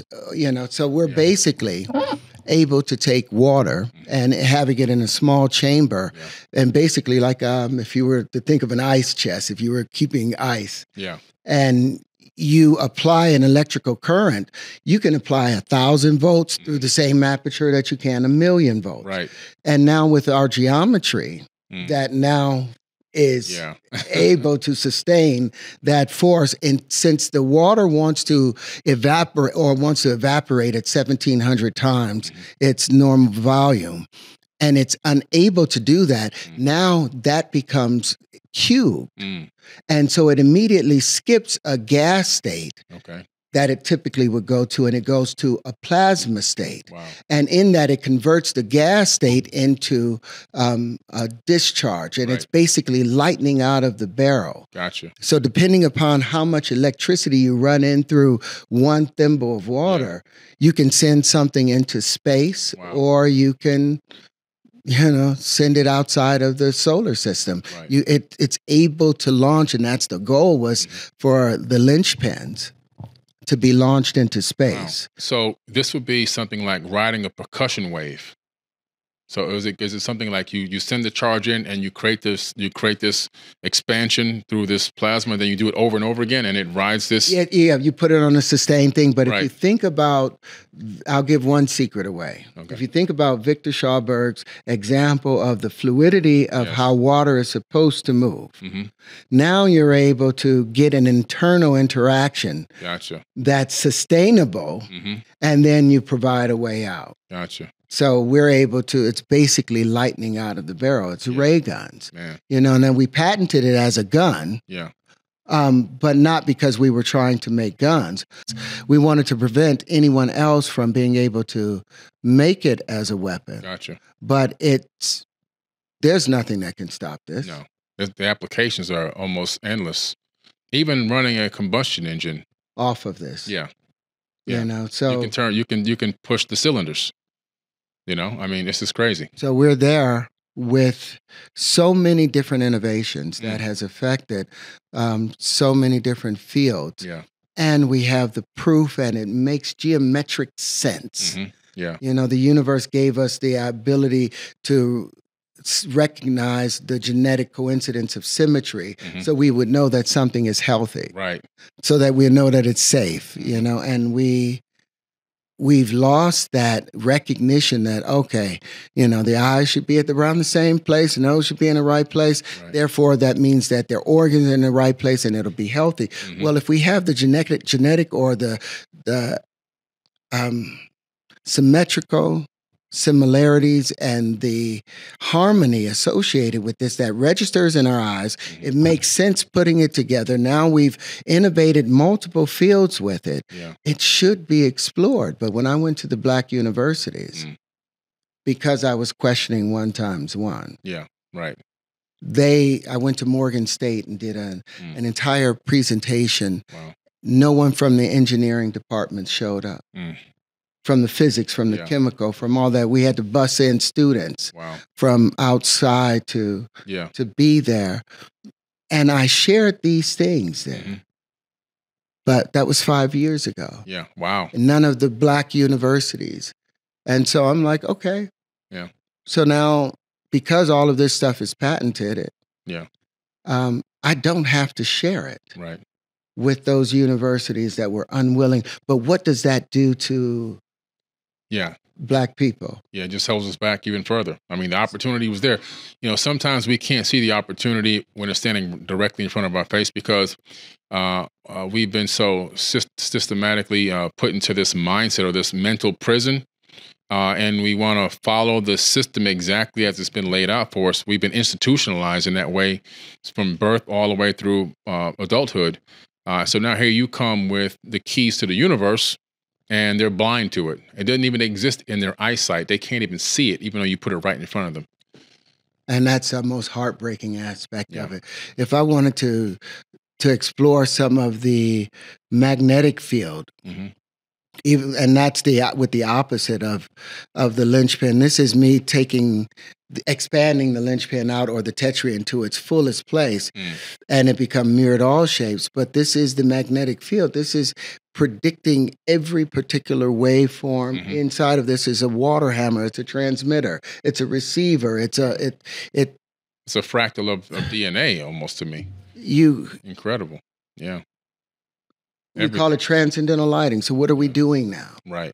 Why are we still in this hidden space? I'm going to close this up now. Yeah. Okay. We don't. I know you had touched on the error correcting codes, and they were talking about the Terry-comma, which is kind of like a quantum error correcting code, right? So let's talk a little bit about the error correcting codes. For those people who don't know, I wrote a book called Fractal Holographic Universe, and in that book I use some of the science, or reference some of the science from Professor James Gates Jr., who really is a master in supersymmetry and theoretical physics.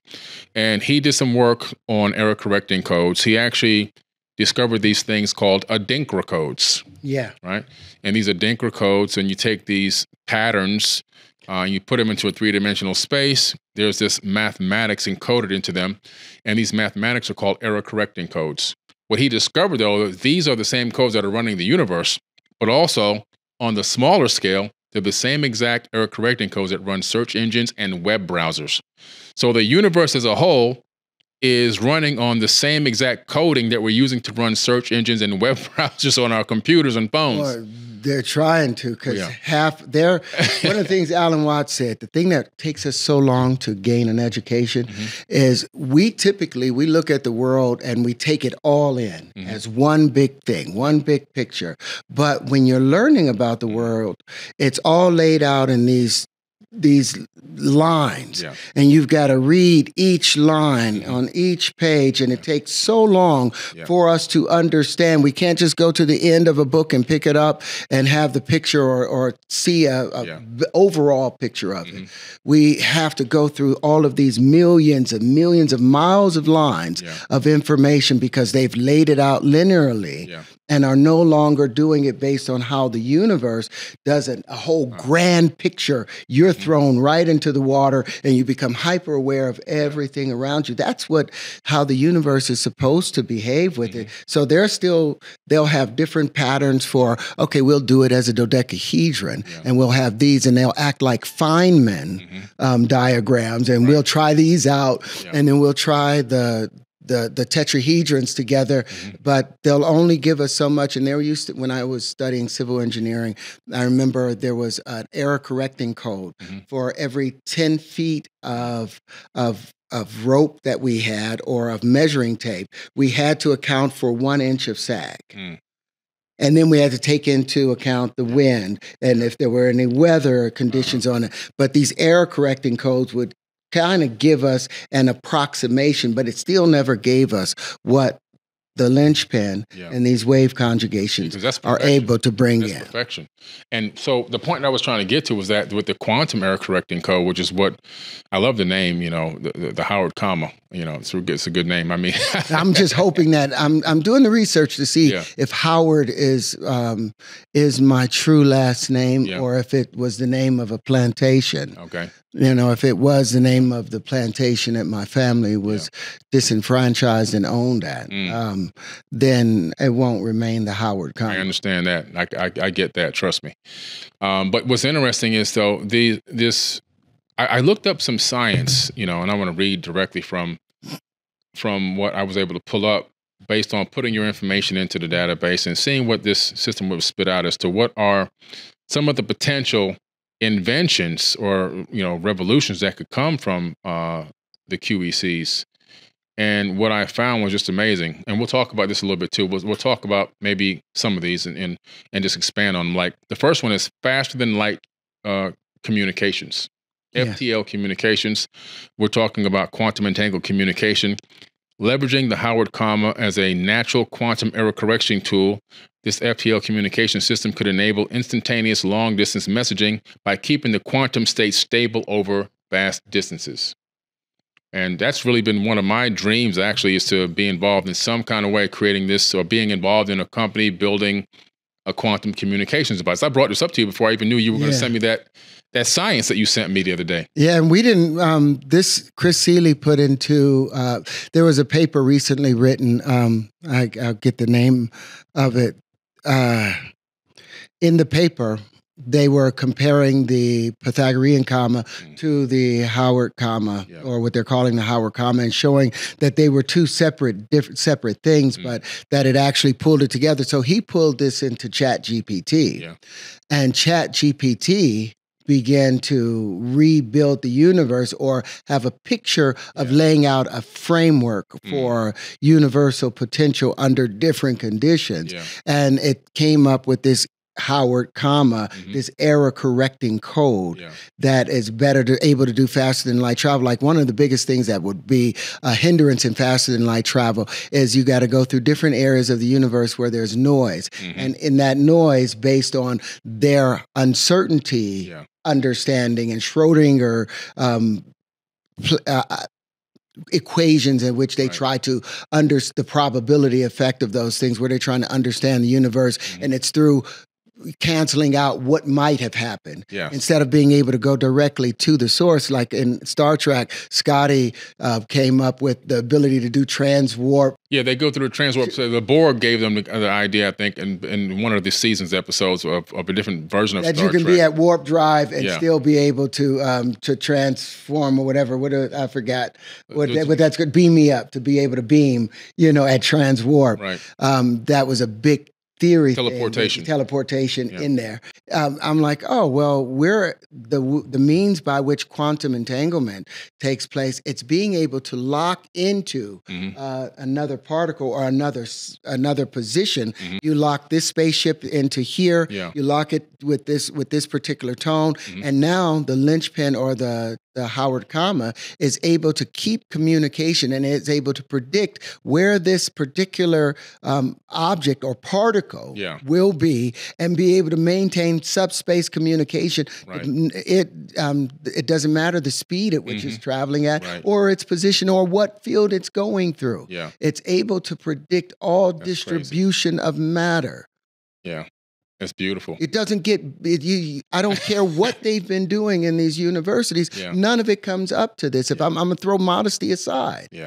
It doesn't come up to this. This is the fractal. This is it. This is the entire subspace of, we have defined the electric force, the gravitative force, the contractive force of the universe, the micro, and patented it, and have proven out subsystems in it. We've defined the magnetic expansive force, and have patented those, and have built systems on it, and have proven them out. And we've patented the common factor, the constitution between it, which is the linchpin, which creates its own thing. It's like, this is the gift that mankind has been waiting for. This is it. But what do they do with it? They will keep kicking it to the side until I'm no longer here, and they'll think they'll walk through it. I didn't tell them what the true value of pi was. There's a lot of things that I've left out. Because I did something different from what Tesla did. Tesla made the mistake of writing everything in Serbian or in English and all of his notes, so they can go and do his stuff. They went and took it all. When this came to me, I created an entirely new language for it, that me and my family and the people that work closely with me, all of the secrets are tied into there. Pi is a whole number. Pi is not 3.141592653589 That's not the value of pi. Pi is a whole number.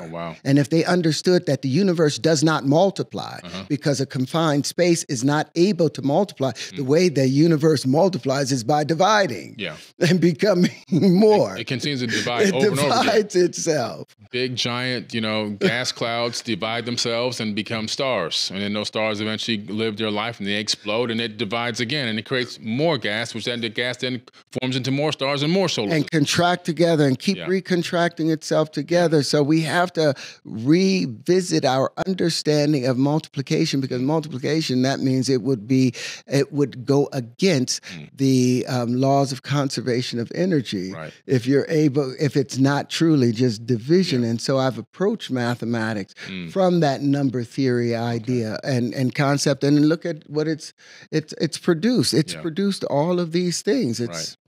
And to me, I mean, just thinking, and I could be wrong on this, but if the universe, as the way they describe it, seems to violate the law of conservation of energy if it continues to grow and expand with no new energy coming in, because you're violating. Like if I try to make a perpetual motion machine that runs off of only magnets, there's only so much power I can get out of it. It has to interact with something else. It has to. And so our universe expands out like our solar systems expands out in the Oort cloud, and it bumps into other solar systems, which regenerated. And then when four of them come together at 120-degree angles, then guess what? They convert back from magnetism and expanding into an electric charge. And now they're going from southwest to now they're going northeast, and they're headed back to the poles of the star and the poles of the planets to go back into the process again. That's the breathing mechanism of our universe. Yeah, because the universe is alive.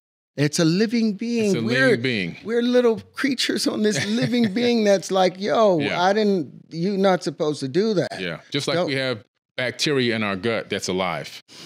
We have mating. Right? I mean, we have microscopic bugs on our skin, That's keeping us clean from the monsters. We have macrophages inside of our spleen and our blood system that attack any cell that's not up to par and eats it alive. And that's why fasting, if you have some kind of cancer or illness, a tumor, the body will cannibalize itself for anything that's non-useful. Yep, that's a fact. If you're suffering from all of this stuff, the potential gifts for humanity with vaccines, if you're suffering any of that stuff, all you have to do, take the time, fast, and allow those blood clots themselves to have to be eaten by the body. Yeah. But you have to be willing to go through the desperation of not eating for 4 or 5 days. Yeah. Force the body to turn on new genes. Yeah, and I'm a witness to what happens. I didn't eat for a couple of weeks, and I lost 22 pounds. My body cannibalized itself. But I reset everything. And you're all clear again. I'm all clear. I'm completely reset. And completely, in a weird kind of way, it was one, I can't say this is a great thing that happened to me, but everything's a blessing. Health-wise, yes, it's one of the greatest things that happened to me health-wise, because I feel completely renewed. I have a fresh start. Physically. Same. It's incredible. Same. Yeah. I wanted to talk about one of the other aspects that it said with the quantum entanglement, what it's capable of ultimately doing. The conclusion was the Howard comma could be modeled as this is what ChatGPT said. Yeah. This is not me putting words into it. This is them analyzing the patterns, analyzing the linchpin, analyzing the geometry and the grand unified supersymmetry associated with it and its potential uses. It says, the Howard comma could be modeled as a sub-quantum field constant that acts as a harmonic and geometric correction across quantum fields. By stabilizing and aligning quantum states, it could provide a foundation for faster than light. Wow, faster than light. Yeah. Faster than light, subspace communication through non-local interactions and harmonic resonances. Yeah. That's life-changing, because now you can have deep space travel, because one of the biggest problems is, let's say we hop on a spaceship and we're using conventional rocketry and we get ourselves all the way out to Jupiter and we want to communicate back with home base on Earth. That's going to take a long time. It could take a month. They'll be bouncing it in their straight line ideas in comparison to staying entangled. Exactly. And harmonically locked and linked. Yes. And the only delay you'll have in communicating with Earth is how much time did it take your ship to broadcast to the nearest communications array? So if you're only, 2 million miles away from a communications ray, a few minutes for them to get the signal, instantaneously transmit it to Earth, instantaneously transmit it back to the communications ray, 8 minutes to get back to your ship or whatever the number is. So yeah, it's just, it's a way of really making deep space travel a reality. Well, because we go past the noise. The noise occurs in the magnetic field, in the expansion of it. The noise occurs in the spheres interacting, in those spheres that we are interacting with. We call those the electron cloud. That's the noise that's getting in the way. So if you could get to the electric side of it, which these pathways, the linchpin, those struts show you the direction of the electric side. So you're able to bypass that noise and stay, because magnetism is always out here. That's noisy.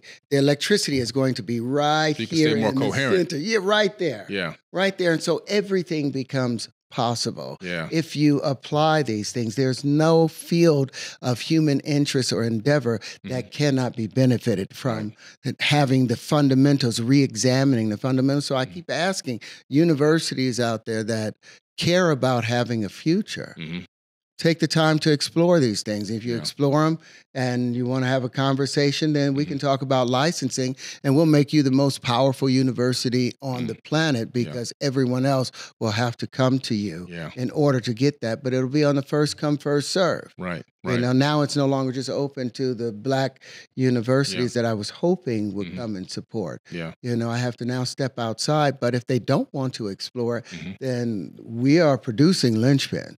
We are producing our lives. We are producing the harmonic wave resequencer, you know, as we speak. We have my people working on all of this stuff. So you just won't be a part of the future if you don't apply yourself to the present. And get away from that past garbage that we've been taught. Everybody can't go. No, they can't. The problem with some of these universities is they get their funding, these engineering, these science, they get the funding, and their funding is based off of speaking the same old-fashioned dogma. And once they go one iota out of the parameter of what they've been told they can stay in, they get the threat of losing funding.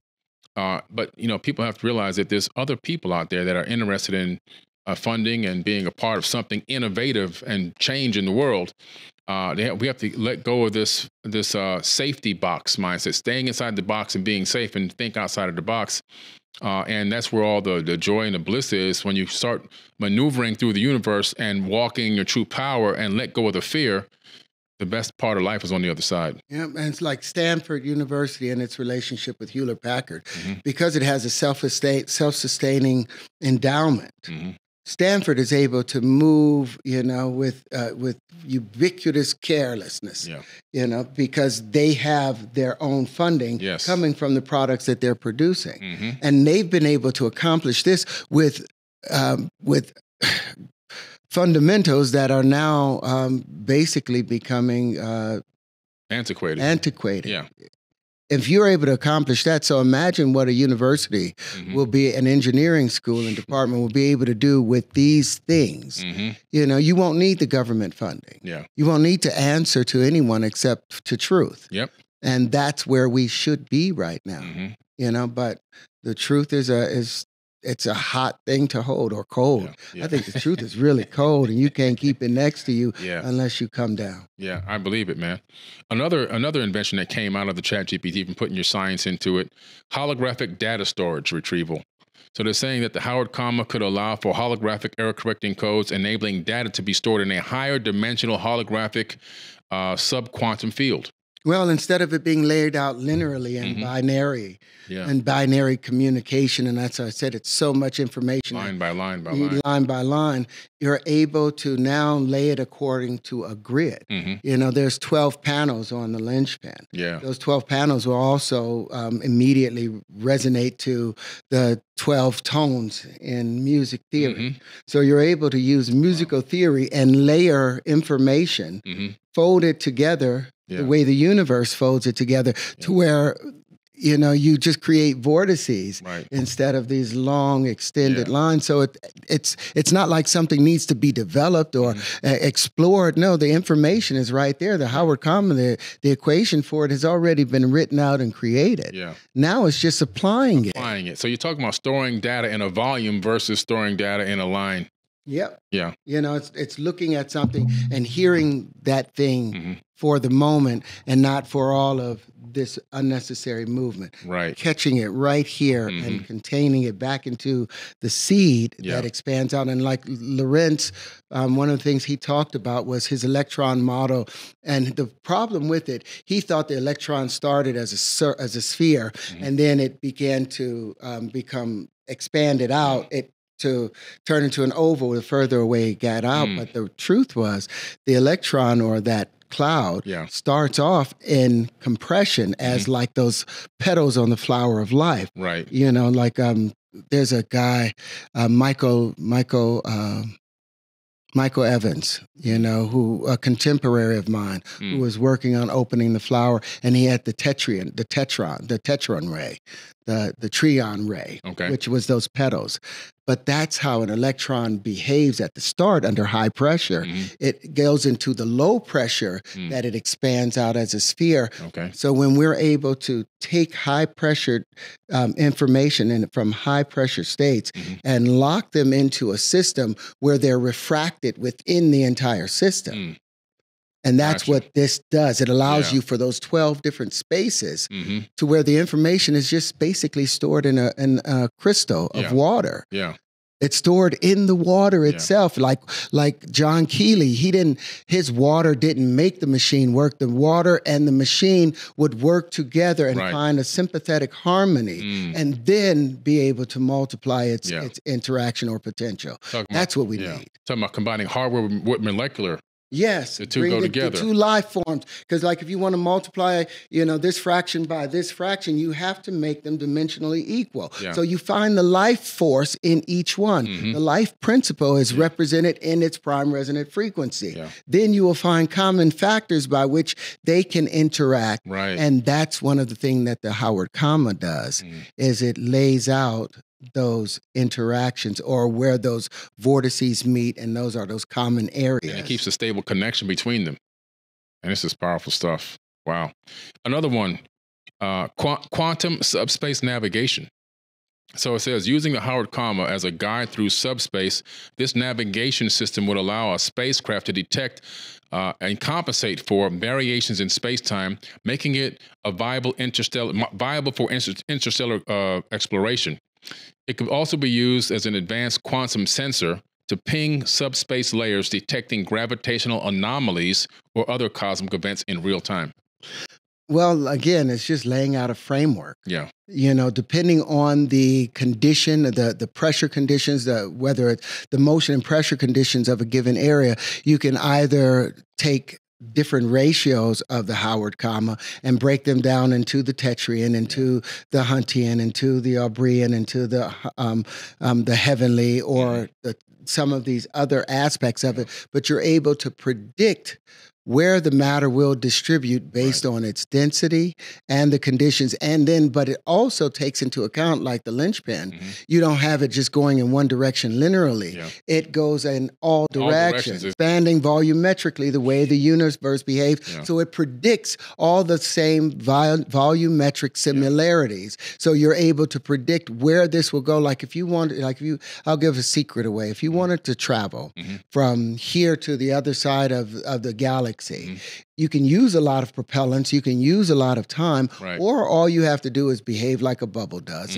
If it's in opposition to the environment it's in, it's going to seek a place where it has equanimity and balance. So it's going to rise on its own. You wrap yourself in the key of that other galaxy.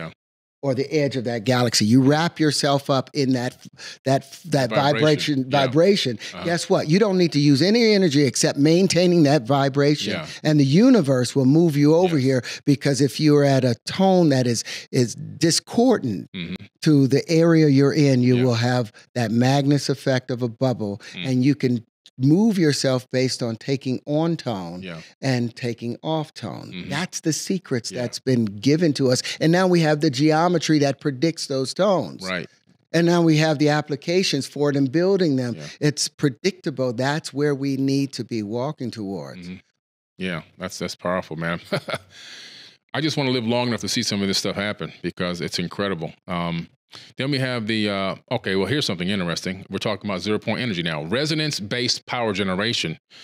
By utilizing the harmonic corrections from the Howard commas within a sub-quantum field, it might be possible to generate power through resonance with a zero-point energy or space-time harmonic. Well, think about how resonances behave, or that S term. Yeah. You know, it's actually a full vortice that's happening. So it's pushing up, and then if this is pushing up, you create this energy. Like they do something like that with the harp. Yeah. The harpo. Harp, yeah, it's called harp. They have that in on the west coast of the United States. Yeah, and they send these microwaves up and create a big bubble on the surface of the Earth. Yeah. That bubble gets hit by particles, and it brings it back into the Earth's environment. Well, that's the same way, but now we're doing it on a microscopic level. But we're not doing it with microwaves. We're actually doing it with the dopamine that the universe likes. Wow. We're not forcing it with heat. We're bringing it with the shape that it wants. So you draw in energy by creating the condition here. Correct. Then the snapback is going to keep a flow of energy. And then you put that on its own resonance, on its own repeating timer. Right. And you're able to generate an untold amount of energy. Like even with the projectile propulsion pattern, we're getting 180% out of it, which is over unity. Yeah. So no matter what charge we put in there, we're multiplying its potential. Wow. Proven. Yeah. It's already proven. That's why the patent was granted. Yeah, yeah. So now I'm just like, oh, wow, do I have to go to other countries in order to bring these things to light, you know? Or will my parent country support the steps, the innovation? Because I'm not going to just sit it quietly and relegate myself to just being some actor, turning tricks for, turning emotional tricks for tips. I understand. I get it. I understand what you mean. It's enough of that. Yeah. And in what you just said, talking about the shape, helping to generate that energy wave, scientists did experiments with pyramids, tetrahedrons. And they found that if you put plants and grow plants inside of a tetrahedron shape, the plants grow faster because it harnesses more energy, more natural energy from the universe. Resonant energy that's going back and forth, that oscillatory thing that's always happening, that thing we feel in here and makes us connect, but then we're told, nope, you got to look away. Yeah. You can't connect with people. You can't stay locked in. Yeah. You know, when you allow yourself to align geometrically properly with individuals and you talk from the place of God, then God speaks. Right. Absolutely. Another one, they said, quantum-based cosmic internet. So we have the World Wide Web, but they're talking about the cosmic web, right? So they say an interconnected web of quantum communication channels stabilized by the Howard comma, enabling near instant data transfer between planetary systems. We can be on Mars and instantaneously get something off Google from here. And if we can get that information as traveled through electricity, then that electricity can also be transformed or collected together, and it's the doorway for teleportation. Right. At the end of the day, if you can send the sound, you can send the image. If you can send the image, you can send the condition. If you can send the condition, you can send the person. Yeah. Well, because the Howard comma can predict. Is it the Howard comma that's predicting? That's the error correcting. No, the Howard comma, actually, it's like if we put, like I said, you put the linchpin in the solar apex, it predicts every star on the galactic, the celestial, and the ecliptic plane. So it's actually predicting where those stars are going to be, and therefore you can predict where the moons are going to be. Now you can predict where other planets are going to interact with it, and you can have a full model and know where every atom is going to. That's what's been given to us. That's the key. So in teleportation, the secret is you have to know where every atom is, its spin rate, and its vibration, so that now if you have the cosmic internet or the capability of doing that, you have an enormous, unlimited amount of storage capacity, which is the biggest problem in teleportation. We can only teleport like one particle at a time right now. But all of a sudden, if you can predict in a biological human being or even an animal, right, or even this table, where every atom is in the resonant frequency of that atom and transmit that instantaneously, now you can teleport a person, a table, a building, a house, anything you want. Well, because you're not breaking it down into individual particles. You're actually wrapping the entire system. And that entire system slips into the in-between spaces. That system, the vibratory force, you can't distinguish where it's at anymore. And so it takes the smallest position. Even though it's still vibrating and covering this entire space of who you are right here, but you're only seeing it having this effect. It's just an illusion of our size of where we are. Gotcha. So when you let go of that illusion, now you're able to generate anything in any place that you want. And those particle replicators, all of that is true. Yeah. You know, replication and everything. What's your free the world? You're talking about 0-point energy, which means everybody has power right where they are. No need for a power grid. Teleportation, taking the pressure off of travel, right? You're talking about food replication. You're having food directly where you are, instantaneously having access to food, bypassing the whole system of these patented seeds and all this GMOs you and everything recreate else. the condition for them. That's all you have to do with transmutation. Right. Recreate the condition of this particular element. You don't need to have gold inside or silver inside of your electronics. All you have to do is create the condition of them, and therefore have the electronics carry themselves over. The electrical charge or the signal will carry itself over if you know how to create the condition. And that's a bit of tongue-in-cheek right now. Yeah. I'm not letting all of that out. And I get it, man. Well, this is a great conversation. This is just mind-blowing. Just a conversation I've wanted to have for a long time. I know. A long time. I just got a question for you. Go ahead, man. What was, when you first stepped out and started questioning the conditions and the information that you had been taught, when you first started questioning that, what was the response from your family? Oh man, it wasn't good. My initial response, well, my mother understood everything. She got it. Now, I wasn't giving her a lot of deep knowledge yet because I was very young, but she was open to whatever I was telling her. Little things that I was seeing and begin to question. She was, look into it, or, advanced beings exist. She didn't say alien. Advanced beings exist. Yeah. But outside of my mother, everyone else thought I was just crazy. They didn't believe it. They questioned it. They were scared of it. Some of my kids were scared of the information, scared of what I was saying, what I was learning, what I was researching. I've had family members tell me that I was worshiping Satan and I was going to burn in hell and I wouldn't make it to paradise because some of them were Jehovah's Witnesses. My family were Jehovah's Witnesses. Okay, so that it's paradise, not heaven. So I would, so I was when I was building this Fort Terra Nova project, this underground base back in the 2000s, early 2000s. I was told that it's just all Satan and devil worship and all this kind of stuff. Anything that I questioned or anything that I perceived to be different or came up with a different hypothesis or thesis on it, it was all scoffed. It was, it was pretty bad. It took some time, but my oldest daughter and my youngest son resonated to it more. Now, our son that we have, he's only 12 now. He resonates with everything we're talking about. So out of the 6 kids, 3 are resonating. The other 3 aren't really resonating. But my relatives, my siblings, I should say, my siblings, no. You're still the devil to them. Oh yeah, I was told that I must have sold my soul to the devil, and all the. But I'm always good when they need some money, though. When they need some money, I'm always good. The money's good. The devil money's always good when they need the money. Yeah, and then they thank Jehovah for you giving them the money. It's a fascinating little world, but. Like, I felt guilty because I'm the one that helped my brothers become a Jehovah's Witness. I talked to them about it, and it did teach me a lot about finding the truth, but I wanted to go deeper. I wanted to go to the very truth.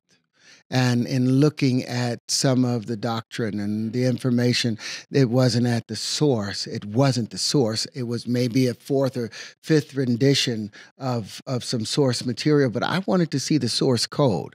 And you have to dig for that yourself. And Walter Russell said it, the universe she's a very jealous, nature is a very jealous God. And she only reveals her secrets when you are alone and in private with her in your soul. So it's like you've got to get to that place and reconnect with the universe. You don't need information from anyone else. I told you, half of these things, I would wake up in my dream and I would go back to that place where the older version of myself who was talking to me, so there's an interaction between who you are now, who you will become, and who you have been in the past, because we think about where we were. So we keep the past in there instead of locked into the future. But whatever that being was, whatever that condition that was taking place within me, that allowed for an older version of myself to come and give me guidance at 4 and 5. And it was basically the guidance to follow. You don't need their information. I'm going to give you the ability to wake up inside your mind, go to the Akashic record, and the proof will be in the patents. The proof will be in the innovations. The proof will be in the products. And the proof will also be in your nature. My nature, even though I've played so many bad guys, like I will take my time and will not kill anything in my house. I call the fly while it's trying to land someplace, even though my wife wants me to kill it because it could spread germs. I'm just calling it Terry, because I know Terry doesn't want to be locked inside this house and doesn't want to get hit with this fly swatter. I know Terry's looking for a way out. Come on, Terry, just be still. And I put that energy out, and 9 times out of 10, I'm always able to capture it and take it outside, and and I feel this weight lifted off of me, because they walk in there thinking that everything's going to be fine and exploring. They don't know it's a death trap. And they don't want to destroy your food. They're just trying to cooperate and coexist with us. So we have to start recognizing, an ant lives for 15 years on average. When you smash one of them, you're destroying great relationships. So it's taking everything into account. When you're aware of the universe is aware of you. When you ignore the universe, then you no longer exist to the universe itself. But the moment that you look at it, the universe looks back and smiles. It's a mirror, and it's a mirror of your energy too. Absolutely. And I try to tell people that, because we know that through the double slit experiment that electrons are conscious, because they make conscious decisions to collapse themselves into digital bits of matter or become waves of potential. That means that everything is conscious. And if everything is conscious, then we have to treat everything with a certain level of respect and dignity and grace. It's exactly what you're talking about. Imagine teaching your kids from the time they're born that their clothes, their backpack is conscious. Everything's alive. Everything's alive. And if they understood that, and you taught them respect and dignity towards those things, they wouldn't disrespect their toys, their clothes, and others, because they'd be brought up believing that everything is alive. Everything is, and not just alive, everything is made from the Creator and is the foundation and the fabric of the Creator. So when you disrespect anything, you are disrespecting yourself. It's like putting a cigarette out on your own hand or arm just because you don't have the ability to feel it. Right. You lack that ability to feel it. Maybe you should work on your senses so that you can become aware of the things that you're supposed to be taking in. And that's what the meditation is supposed to do. But when we're unaware of where we've come from, when we're unaware of where we're going, then we can't find a destination that we want. Like right now we have, we're putting a foundation together for the museum. It'll be the Black History Inventors Hall of Fame Museum. The first museum that's ever been dedicated to just Black inventors and our massive contributions to the world we live in. Whereas other races, they have so many of their idols and their ancestors that they can turn to look for guidance and say, you know what, I can become an astronaut. You know what, I can become I can become a neuroscientist.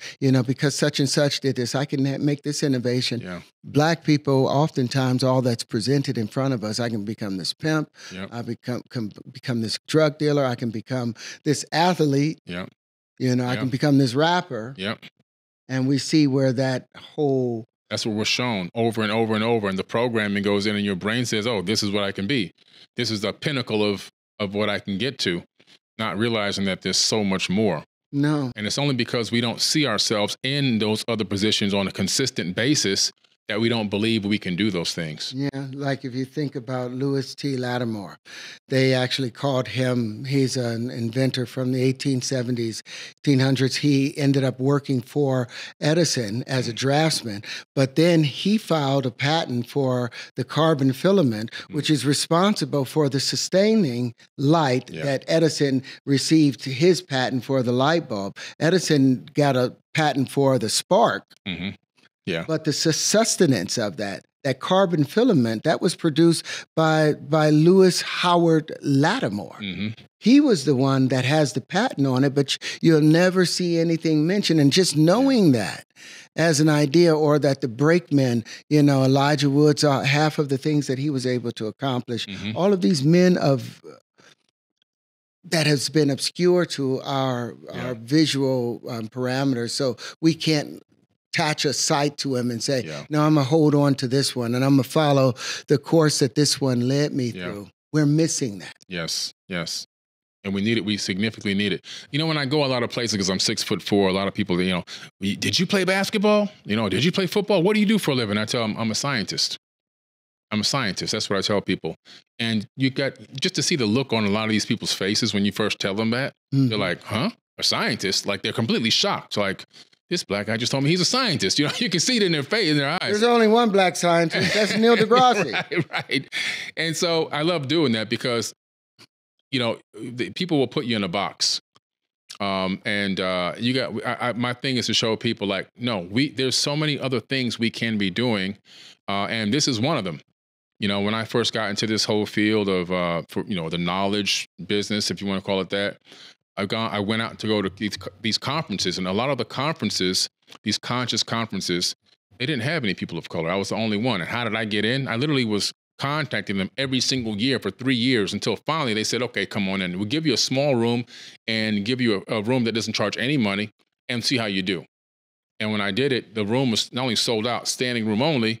And I did a great lecture, and I used that DVD and sent it to another conference and another conference. So all these conferences that had only white faces speaking on these topics that we speak on in science and metaphysics and manifestation and ancient civilizations, all of a sudden I began showing up in all these conferences as the only person of color. And initially, the programming code in the minds of our people is, you know, who'd you sell out? How'd you sell out to get in here? And how come you're the token black person? Instead of seeing me and going, this is great, man, somebody to represent us and, you know, to put forth, show that we have knowledge too in these areas, the initial response, it's changed over time, but the initial response was negative. So I watched it go from a very hard negative response initially to then them getting more comfortable seeing me consistently building and building and building. Now it's becoming accepted. So what that showed me was, the more you see this, the more we continue to see it, the more we accept it, the more we believe it's possible. In the beginning, they didn't even believe it was possible. No, but you see what you expect. Yeah. You know, there's an old saying, you'll never see Paris unless you take it with you. You have to have an expectation of what you're going to see there, and then you fulfill that expectation, or it exceeds that expectation, or it doesn't live up to your expectation. But you have to have an idea of where you're going. So for young men and women, if I had known about black inventors, but the fact that I didn't know about these black inventors, that's one of the things that drove me to, like, I'm going to make the biggest impact in the world of science that's ever been made. I said in my mind when I was a kid watching the cosmos that I was going to discover that grand unified field equation. Wow. I was going to do that. I was going to do that. And I spent every minute working towards it. I'm still spending it. And the only other thing I'm working towards now, because I'm great with that, I've accomplished that. I'm still trying to use my telekinesis. I'm still trying. Every day I spend at least a couple minutes trying to move something with my mind. That's good, though. I'm trying to. That's good, I haven't succeeded yet in this place, but you know, that's what I'm working on now.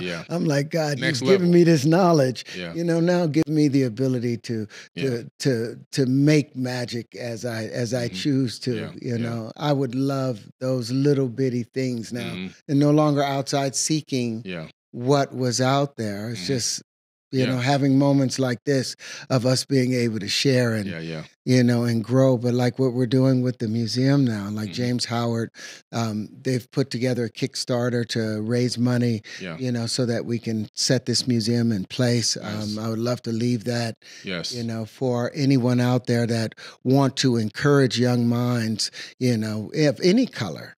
To go through there, because I was inspired by Einstein and Niels Bohr, you know, and Feynman. I was inspired by all of these people that were not of my color.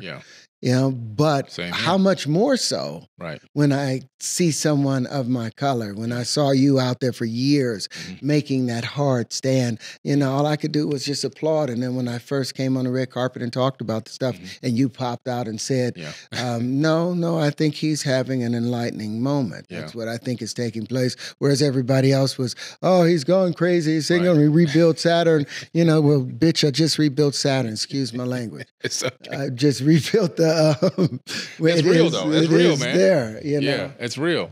I get it, man. You know, and like I was saying earlier, it's for what we do. It just takes a lot of courage. I mean, you know, a lot of people, they don't try to expand outward because they feel the pressure going to be so great on them, and they're going outside the boundaries of what the majority are saying they're allowed to do and not to do. But thankfully, people like ourselves are outside of the programming code. We're free. Yeah, we're free, man. It's free, completely free. It's nothing like being free. Like when they so-called gave us emancipation or freed us, you know, no, you will free us when we have received the compensation that would have been paid to our ancestors so that we can move forward. We're still standing outside the gates. Okay, well, we worked for you for 400 years. What do we get for all of this? You know, do we get to pass and say, oh, yeah, greatly, we gave you freedom when you've enriched yourselves off of all of the work that we've done? Now, I've got an idea.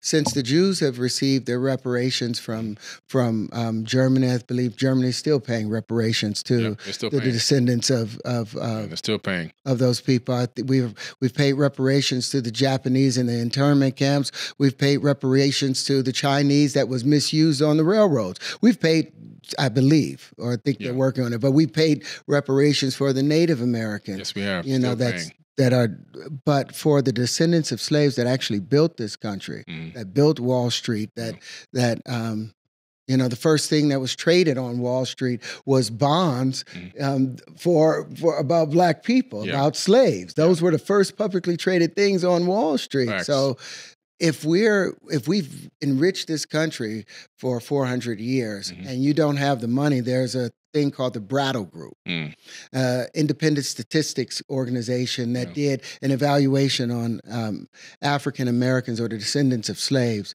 And they said that it's over 108 to 131 trillion dollars that's owed to the descendants of slaves. Wow. Now, we don't make that in 10 years. No. Our country does not have that money free to pay out. GDP. So they're never able to pay us. So since they have built their entire country off of our labor for 400 years without any type of compensation, the only thing that I would think would be fair is for the next 400 years or 500 years or however long it's been, the descendants of slaves should not have to pay any taxes. Yeah.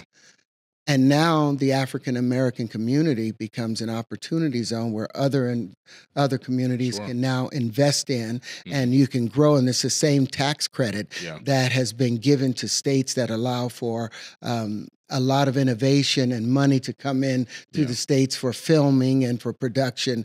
We are able to do that. And since we so-called only make up 13% of the population, which I find very strange. That's a small number. Black people only make up 13% of the American impossible, population. But if it is, that's a small amount of money. If you don't pay taxes, it's not that much money. It's 13% you lose, and you'll gain at 1,000-fold. Yes, you know, for a reasonable approach to solving these problems. You know, like I'm sitting here watching them in their elections this year. What are they talking about? Oh, garbage! Look, he said this and she said that, and it's like I'm watching two elementary school kids at the playground fighting. Who's standing on business? Who's coming with real concepts, ideas, solutions to problems? Nobody. It's about tit for tat and propaganda. Yeah, it's like they're voting for a homecoming king or queen. It's crazy. And that's our world right now. We're at a point where trillions and trillions of dollars are about to be sent back here as a result of the BRICS and their continued influence and growth. The petrodollar is no longer based on the U.S. dollar. Half of them are trading in other dollars. And so all of the billions of dollars and trillions of dollars that's been sent to these countries to cover their indirect form of exchange with the U.S. dollar, they're sending their money back here, and we don't have the money to pay for it. This country doesn't have the money. So we're facing the potential of an inflation like that which hit Venezuela and collapsed that country. We're not like Iceland, where we have our own energy that's coming from and our own source of water, where we can recover from a gigantic fall like they were able to. So we need to come together and think about innovation now and to insulate the U.S. and grow it again. And with this, you can set an example for the rest of the world for them to make their way into this. That's a fact. That's a great idea and a great concept. concept. Solve their problems. It's a beautiful concept and a great idea. I hope somebody is able to hear this and pick that up and act on it, somebody in a position of power. And as far as the museum, we're going to make sure we have the links. Make sure you guys click those links and support this museum. It's an incredible concept. I've already been one of the supporters of this museum. I'm excited about it. I'm looking forward to it. And I'm looking forward to manifesting the day that it actually opens. Yes, we're going to do a big gala, to raise funds for it, I think around April, sometime towards the end of April. But we're working tirelessly just to keep this knowledge in front of our children so they are encouraged to make bigger strides than just on TikTok. Make a difference. Come do more than what I've done. I don't know if you can do that because you got to beat the fractal. But finding other applications for this geometry, I was just given I'm a geometer. I was given that. I'm not the person that will be able to make all of these applications that ChatGPT predicted. That's in the hearts and minds of other people out there. But I'm hoping that we're presenting tools that we're creating a spark. Like Tupac said, you're going to be a spark in the mind that's going to change the world. And you're becoming a spark in the mind that's going to change the world. Someone out there at some point in time, when divine time is appropriate, is going to look into and research these concepts and is going to come up with an innovative idea or an invention that's going to help begin to change the world, or is going to connect with you to help work with your projects and build something out, whether it's in a university or a government. It's going to happen because it has to happen. Yeah, well, I'm waiting for that. But in the meanwhile, we're building the linchpins. We're working on the harmonic wave resequencer. We're building this new simulators, and we're expanding. We're turning the wave conjugations into toys. Nice. With some books coming out called Why does a bubble take the shape of a ball? Why not a square or a triangle? And then there's another book called What Came First, the circle, the triangle, or the square? Because I want to now reach the youth and giving them these tools in which to develop their understanding and imagination of the universe. Oh my God. Oh, wow. The future looks bright. Yes, absolutely. And we'd love to have you, man, on Forbidden Knowledge TV to begin to teach. Maybe we can come up with some kind of concept. We'll talk off here. I would love that. And there's people that I talked to. I just did Demystify Science. Okay. An episode of Demystify Science with Anastasia and Michael, two beautiful scientists that took a deep dive and evaluated the wave conjugations and all those things. And I actually talked to them about possibly connecting with you and coming on and having a show on your platform because I believe in it. I believe the forbidden knowledge, and I would love. I've got to now go talk to my boss, my wife, and because that's something that I would really want to do, and I'd love to be on a consistent basis, encouraging, our people. And our people is everyone that is consciously a part of it. Like I mentioned earlier, I don't want to be a Homo sapien anymore. I want to be Homo superius. Yes, I love it. Because we have a superior mentality, a superior emotional connection and empathy for the universe. And I'm no longer that Homo inferius that does not recognize the life principle and everything. This is where we diverge. you know, and become something new. Yeah. And I believe we are of a different species now. Yeah. It's time for that evolution and that transformation to happen. Tell everyone where they can find you, find your work. All you have to do is go to Terry's Lynchpins. That's TERRYS Lynchpins, LYNCHPINS.com. And you'll have access to a number of different apps, a number of different pictures, and all of the patents are listed there, and the philosophy associated, and the understanding that come with these things. Everything has its proof, and you could go to TCOTLC, which is Tango Charlie Oscar, Tango Libra Charlie.com, and pick up the book 1 × 1 = 2, which actually challenges the status quo of an action times an action not having a reaction, which is the basis for the fault and the need for these error correcting codes now. Gotcha. All right, man. It's been amazing, Terrence, man. Thank you, brother. I'm looking forward to working with you in the future and continuing to build on this. Yes, this is just this is our second or third. Second. One was Instagram, but this is like in person. Yeah, official. Yeah, we need to do this. And you know, if you look up, if you can provide some of those other things up there, anything you we're want. gonna have them all up there, and I'll get some stuff off your site, and we'll make sure we edit it into the video. Yeah, but I'm available and looking forward to growing. Thank you, man. Looking forward to it. All right. Peace, everybody. That is another episode of the Forbidden Knowledge Podcast. We had Terrence Howard on here, an amazing human being. And if you didn't learn anything from this, that means you weren't paying attention. Make sure you replay this video. Make sure you click the like button, and also make sure you share this video with as many people as you possibly can. Peace. Watch this video for free at www.4bk.tv. or download the app on your smartphone, Fire Stick app, Samsung TV, Roku, and other app providers.